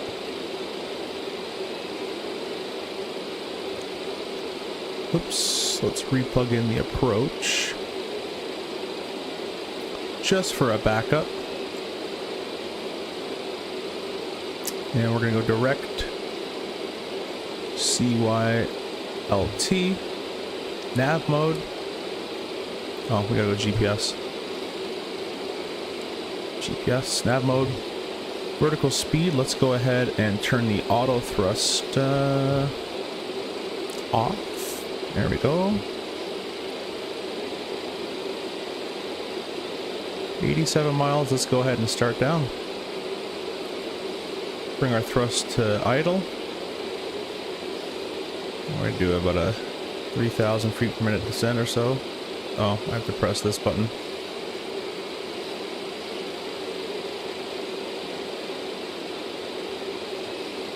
Come on, airplane. There you go. It's going to be a gear warning horn. I'll bring my thrust up a bit. We're looking for about 25 or so. 25 to 3,000, so a little bit less than that.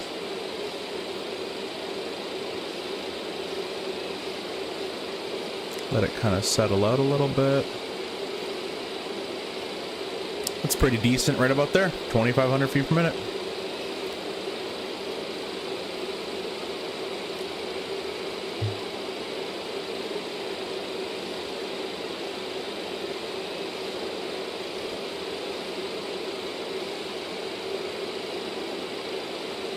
Other traffic is Delta DHL 1333, 80 miles to the south. We're planning NDBD, mean runway 23. Hit the fix, full procedure.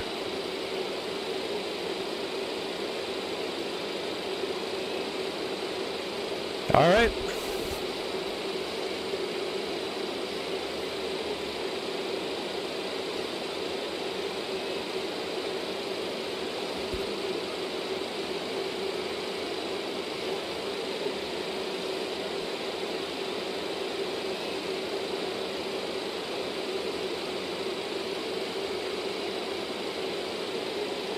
Go ahead and see if this Yoke camera works.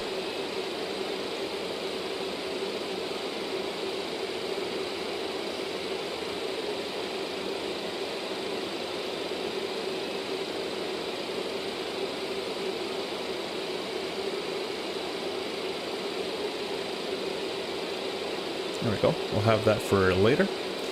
And we're into the soup again. Let's go ahead and start the icing. 1, 2, 3. Should have thought of that earlier. 1, 2. Let's start the wings first. Those are kind of important.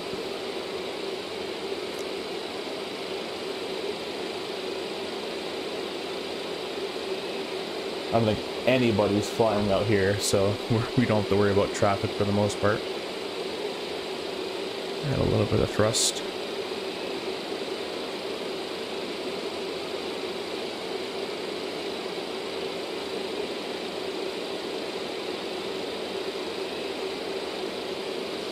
Let's see, we got 8 minutes left and we're losing 2,500 a minute.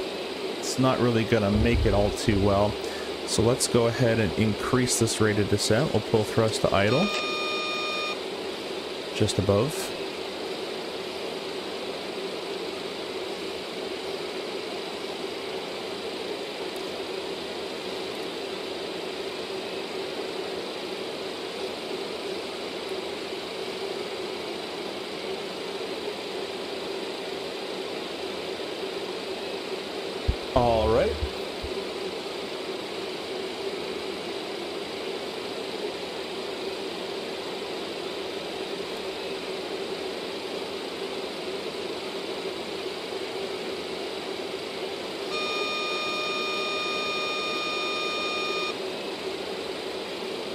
I'm gonna watch that speed.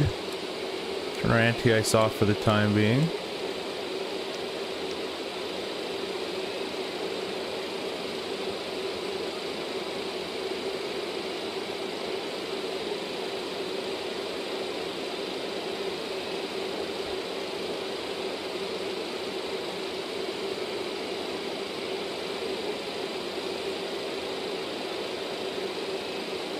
This should work out pretty okay.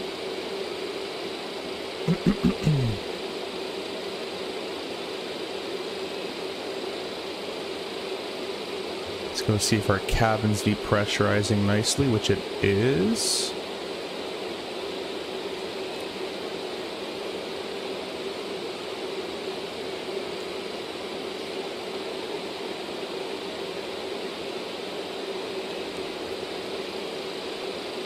Nice and visual, like the METAR called for. This airport's going to be pretty hard to see, guys, so I'll have to keep an eye out for it.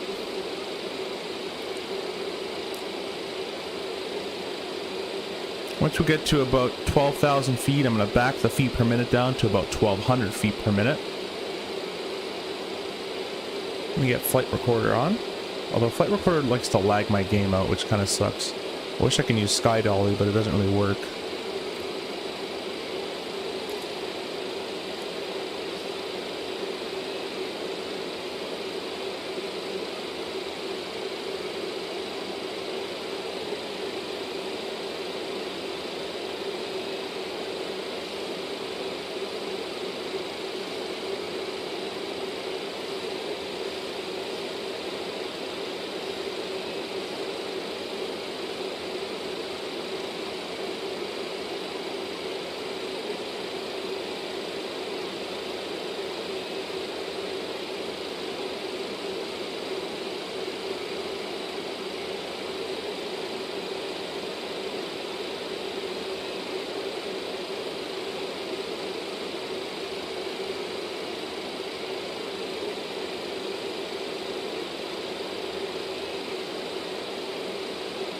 Alright, and we're going to be going down to 20... Let's back this feet per minute off a little bit.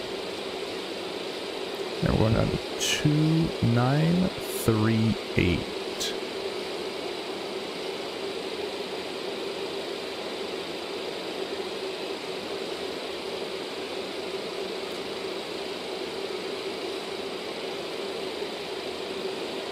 Set the FO side up.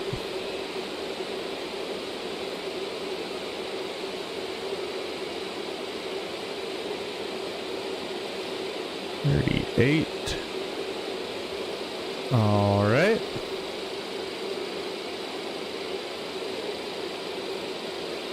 Bossman, welcome. Landing.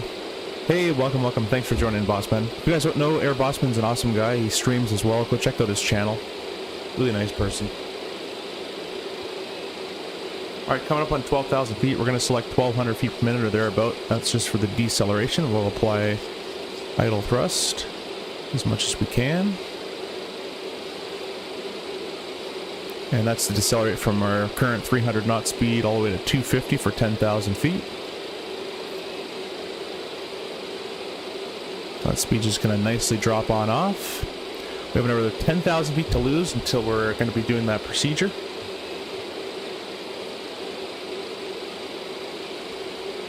Yeah, SECC Air Bossman, yeah, he's a really nice guy. You should go check out his channel.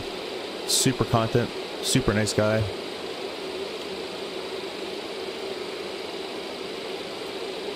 Nicely bringing it back to 250 knots below before 10,000. We can accelerate our descent a little bit more.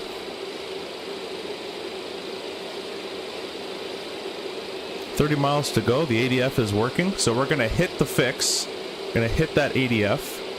So right now, we are going direct. Let's go direct to the NDB if I can. I can't, but anyways.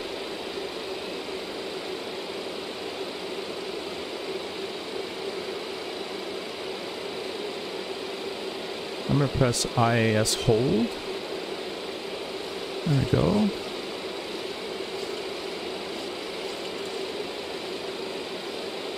Actually, vertical speed was working okay. We'll go back to vertical speed. Just doing an okay job. I'm gonna stop this descent just a little bit. We're gonna add some thrust here.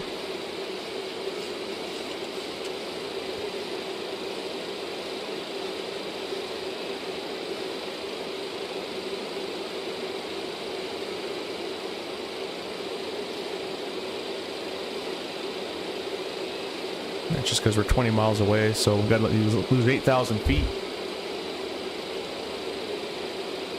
Let's see, we got 4 minutes. Yeah, we should be pretty good to go. Yeah, I'll keep her going down, why not?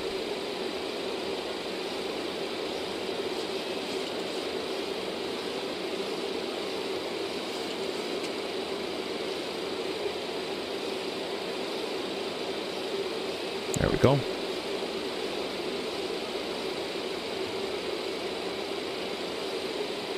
But yeah, basically, guys, we're going to hit the fix, and then we're going to turn right.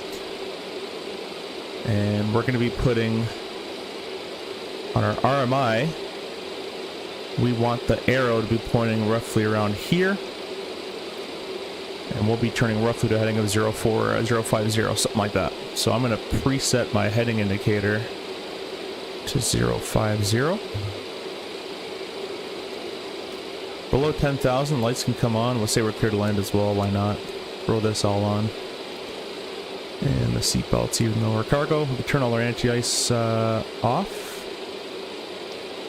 Don't need that anymore. Haven't needed that for a while, actually. Looks like the terrain doesn't load too well out here. Let me reset auto FPS, see if that does anything. But I don't think Microsoft thought we would be flying out here.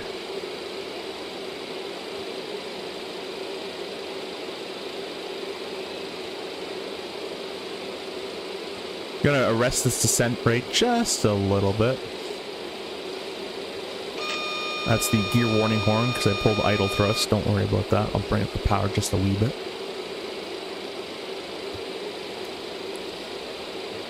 JBS is available on 2024. It's not fully native. Oh yeah, 27. Yeah, it is available on 24. It works quite well though. Oliver in the vertical stream says, "What plane?" This is the FSS 727. In my opinion, very fun and really well made.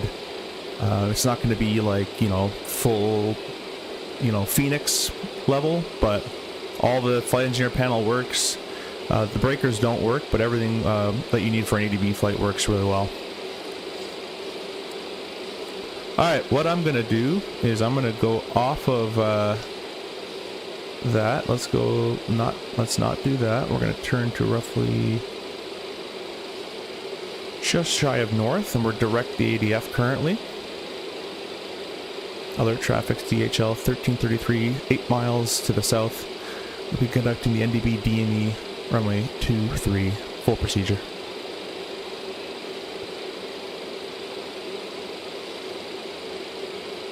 Alright, gonna put this on nav, although it won't really give me any information. I just don't want to be confused by it. And what I'm gonna do is preset this to 048. And once we get close to the fix, about maybe a mile away, 2 miles, I'm going to turn us to the right. I'm also going to start slowing up here. No point in just blisteringly going through the full procedure here. We're going to lessen our feet per minute, which will help us slow down. I love managing all this stuff. It's a lot of fun. Ice runway, good luck. First ice runway. This nice at first. Yeah, it's basically a frozen ocean. E-jets are apparently getting close to being not awful. Yeah, I've heard that. I'm not sure though. Yeah, 27 team is different, and the 27, in my opinion, is very good.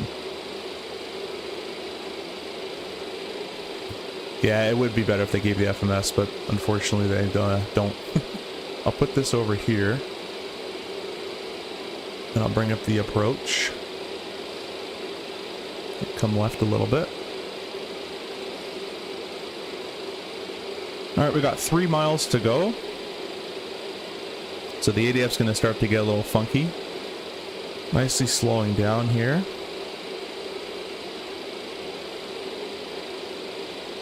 2 miles. Let's go ahead and turn to our right-hand turn of 048.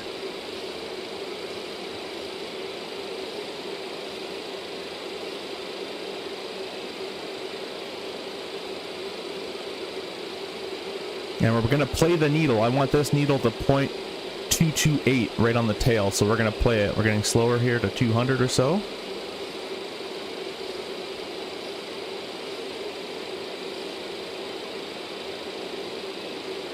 It's pretty close.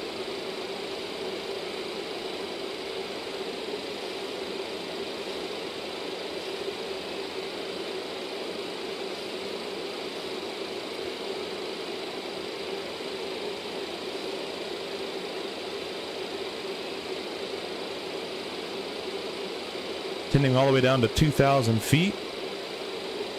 Gonna head out this way for about 5 more miles.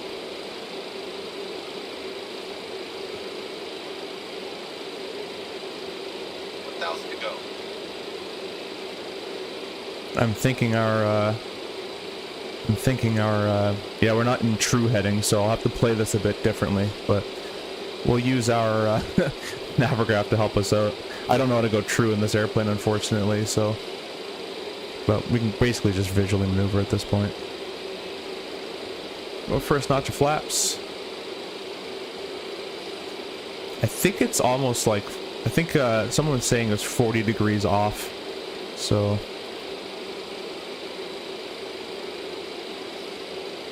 we kind of blew right through that because I wasn't in true, and I honestly don't know how to go true in this airplane, to be quite honest with you guys. Maybe what I can do, we're showing east right now. Let's see if I can manually tell this to go free and free. And can I turn this? Doesn't seem to do anything. So I don't know if it's modeled. I'm sure it's me doing something wrong. But I don't think we were actually able to... I don't think we're actually able to go true. The inbound is 228, and so roughly that would be... call it 260, but we also got to get back on course, so probably about there. We'll head back. We're going to go to the next stage of flap.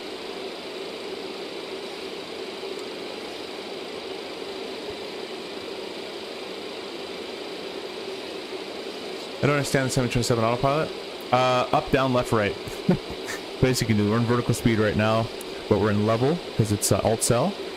And yeah, maybe I'll make a video on this. It's not too bad, but maybe I will make a video on it.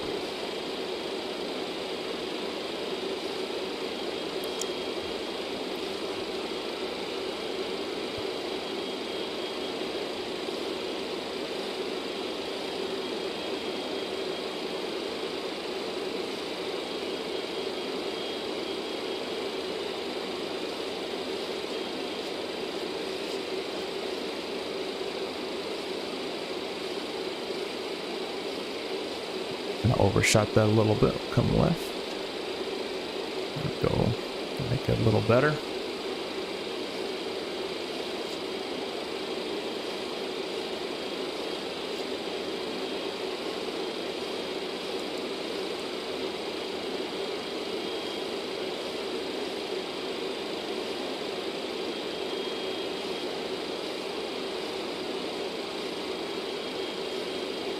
Alright, let's go ahead and grab our gear down. I'm going to do this quite far away because remember at 5 miles we're going to start descending. We'll get our next stage of flap as well. 15.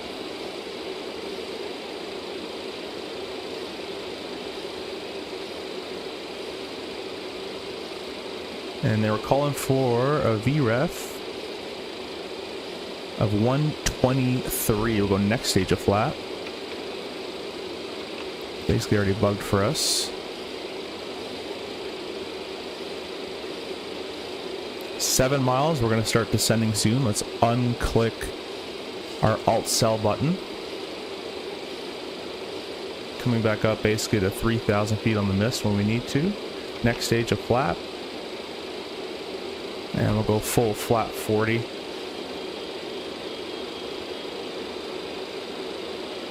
Start turning inbound a little bit. Don't really see anything, but it's kind of just really bright.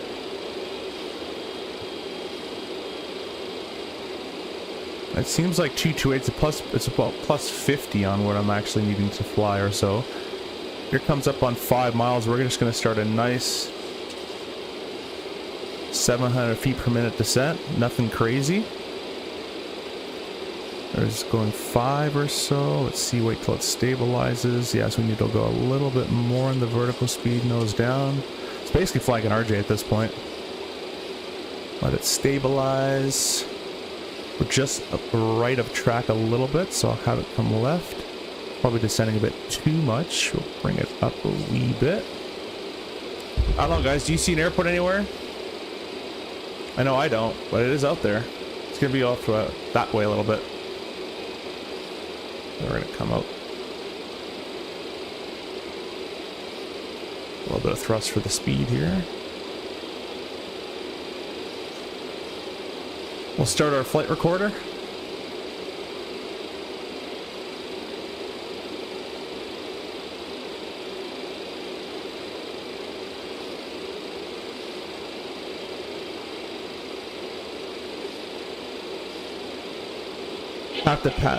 Have to pass 3 miles at 910 feet.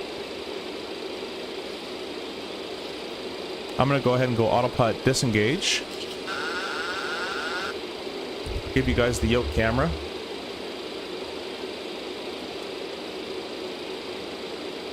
There you go.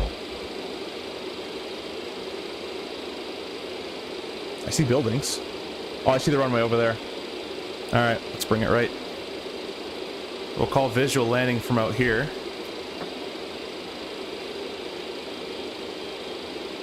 It's gonna be interesting. It's all snow, by the way, guys, so we'll kind of just have to find it. I think in real life they do like a yeah, I see it now. I think in real life they do a like a low and over to make sure the ice is the correct depth and all that kind of great stuff. We're not going to do that. Might have to go miss though, because we're showing really high. I'll try to bring her down here a little bit faster.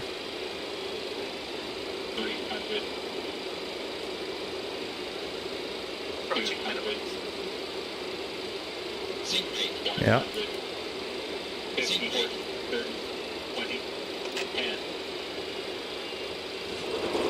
Full spoiler, full reverse, auto brakes. It is bumpy. I'm going to hold the nose up a little bit. We're just bumping. I think the scenery is kind of broken too, but it's only about 5,000 feet, guys, so we need to stop. Manual braking. Go ahead and bring our thrust to reverse just to idle. We're stow those guys away. And we made it. I didn't think it was this bumpy when I took the screenshot earlier.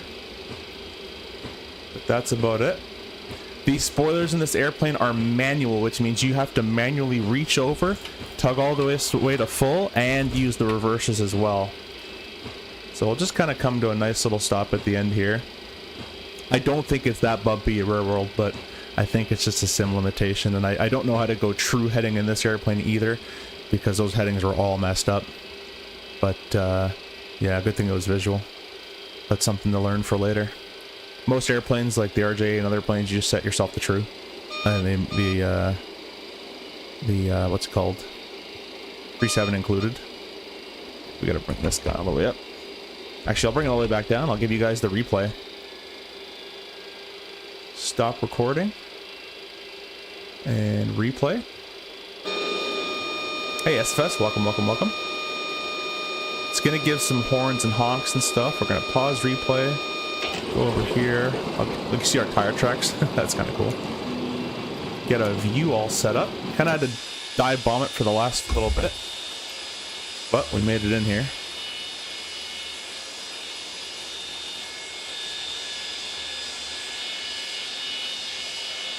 Set a bit like that, and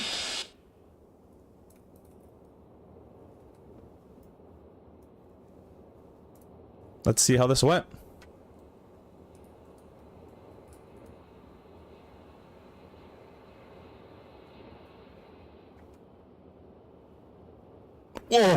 That was a hard one. It didn't look that hard. The bumps are very deceiving though, because this is all bumpy. You see it there? I swear. Oh, you know what it is? I know what it is. I installed a alert scenery that literally said not 24 compatible, but I just tried it anyways, and then just hope it worked. But that's the outcome of that. There's just bumps everywhere.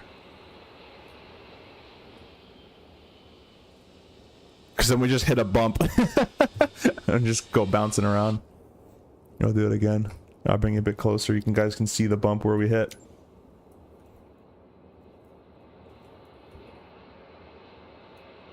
It was a bit steep, but then I did actually shallow it out quite nicely, if I don't say so myself. So let's pause it here. Go to about here and...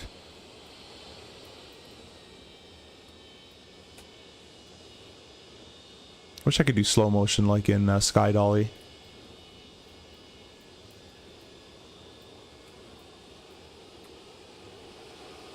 You can see that bump right there. I don't know if you guys can see it.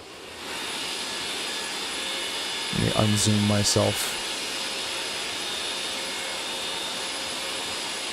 The whole runway is all just layers of bumps. So we touch down and then we go sailing back up. Bring it back here. We'll do a replay. Huge flaps. Yeah, it's flap 40 on this. Tons of flap. So watch this. We're gonna hit one of these bumps. Bump. Bump. Bump. Bump. Bump. Bump. Bump. Bump. Bump. Bump. Bump. Bump. Bump. So I actually think that wasn't too bad. This is my first time ever flying out this far. It was quite difficult to find the runway, but once you find it, it's good. I'm definitely going to be deleting the alert scenery as it like ruins the runway. As you guys can see, it's all just bumps. But and hitting a bump at 120 knots isn't the greatest.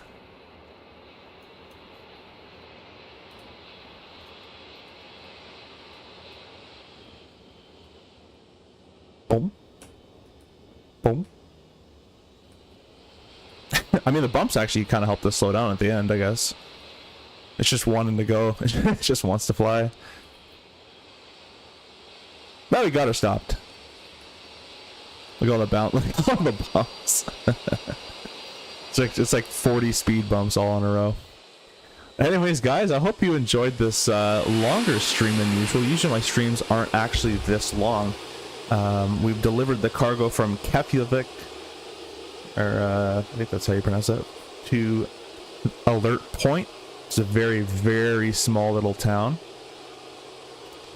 And Classic says, so cool, thanks for choosing the route. Yeah, thank you very much, I appreciate that. I just looked at the north and like, where can I go? And I just found this place. I think I saw it on Ice Pilots as well. I think that's where I got the idea. I think they came out here for one of their shows in the DC3. So next time if we do this flight again, I'm gonna get rid of the scenery so it gets rid of the bumps. In the screenshot of the thumbnail of the video, there's no bumps in that runway. That's the without scenery. And then if we do it again as well, I'll have to figure out how to do true heading in the 727, and if I don't do that, we'll just use the FMS and GPS and call it a day. So we'll do the world's smallest and shortest shutdown here. We'll close flight recorder. And basically, if we're not going to hook it up to ground power, you just turn all of those off. And then technically, if you just turn the battery off, please.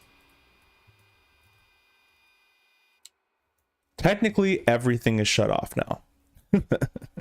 I'm not going to go ahead and do all the switches, but you'd have to put all the switches obviously back in order, but we're going to say it's shut down. So I hope you guys enjoyed, and we will see you in the next stream. So before we go, all the discount codes are down below, so if you want to buy the 727 or the Keflavik scenery from MK Studios, there's Contrail link and discount code down below. You can save 10% if you want to buy the 727 from Contrail. Also to that point, I have the Pro Desk Sim 737 throttles that are on the way, so it'll be a honeycomb Bravo for the 737. He also has included the 727 pack, so we'll be able to use it for this airplane. And he also threw in an Airbus pack, so we'll be able to do the Airbus as well. So once I get those throttles in, I'll be doing a lot more 37 and Airbus streams, and I have the PU Air Korea PLT B and A to show you, which is the lighting panel. They have another discount code down below if you want the PU Air Korea stuff as well. So we will catch you guys later, all the way from Alert Point. Maybe we'll fly out of here next time somewhere else. Thank you guys for watching, and have a good rest of your day.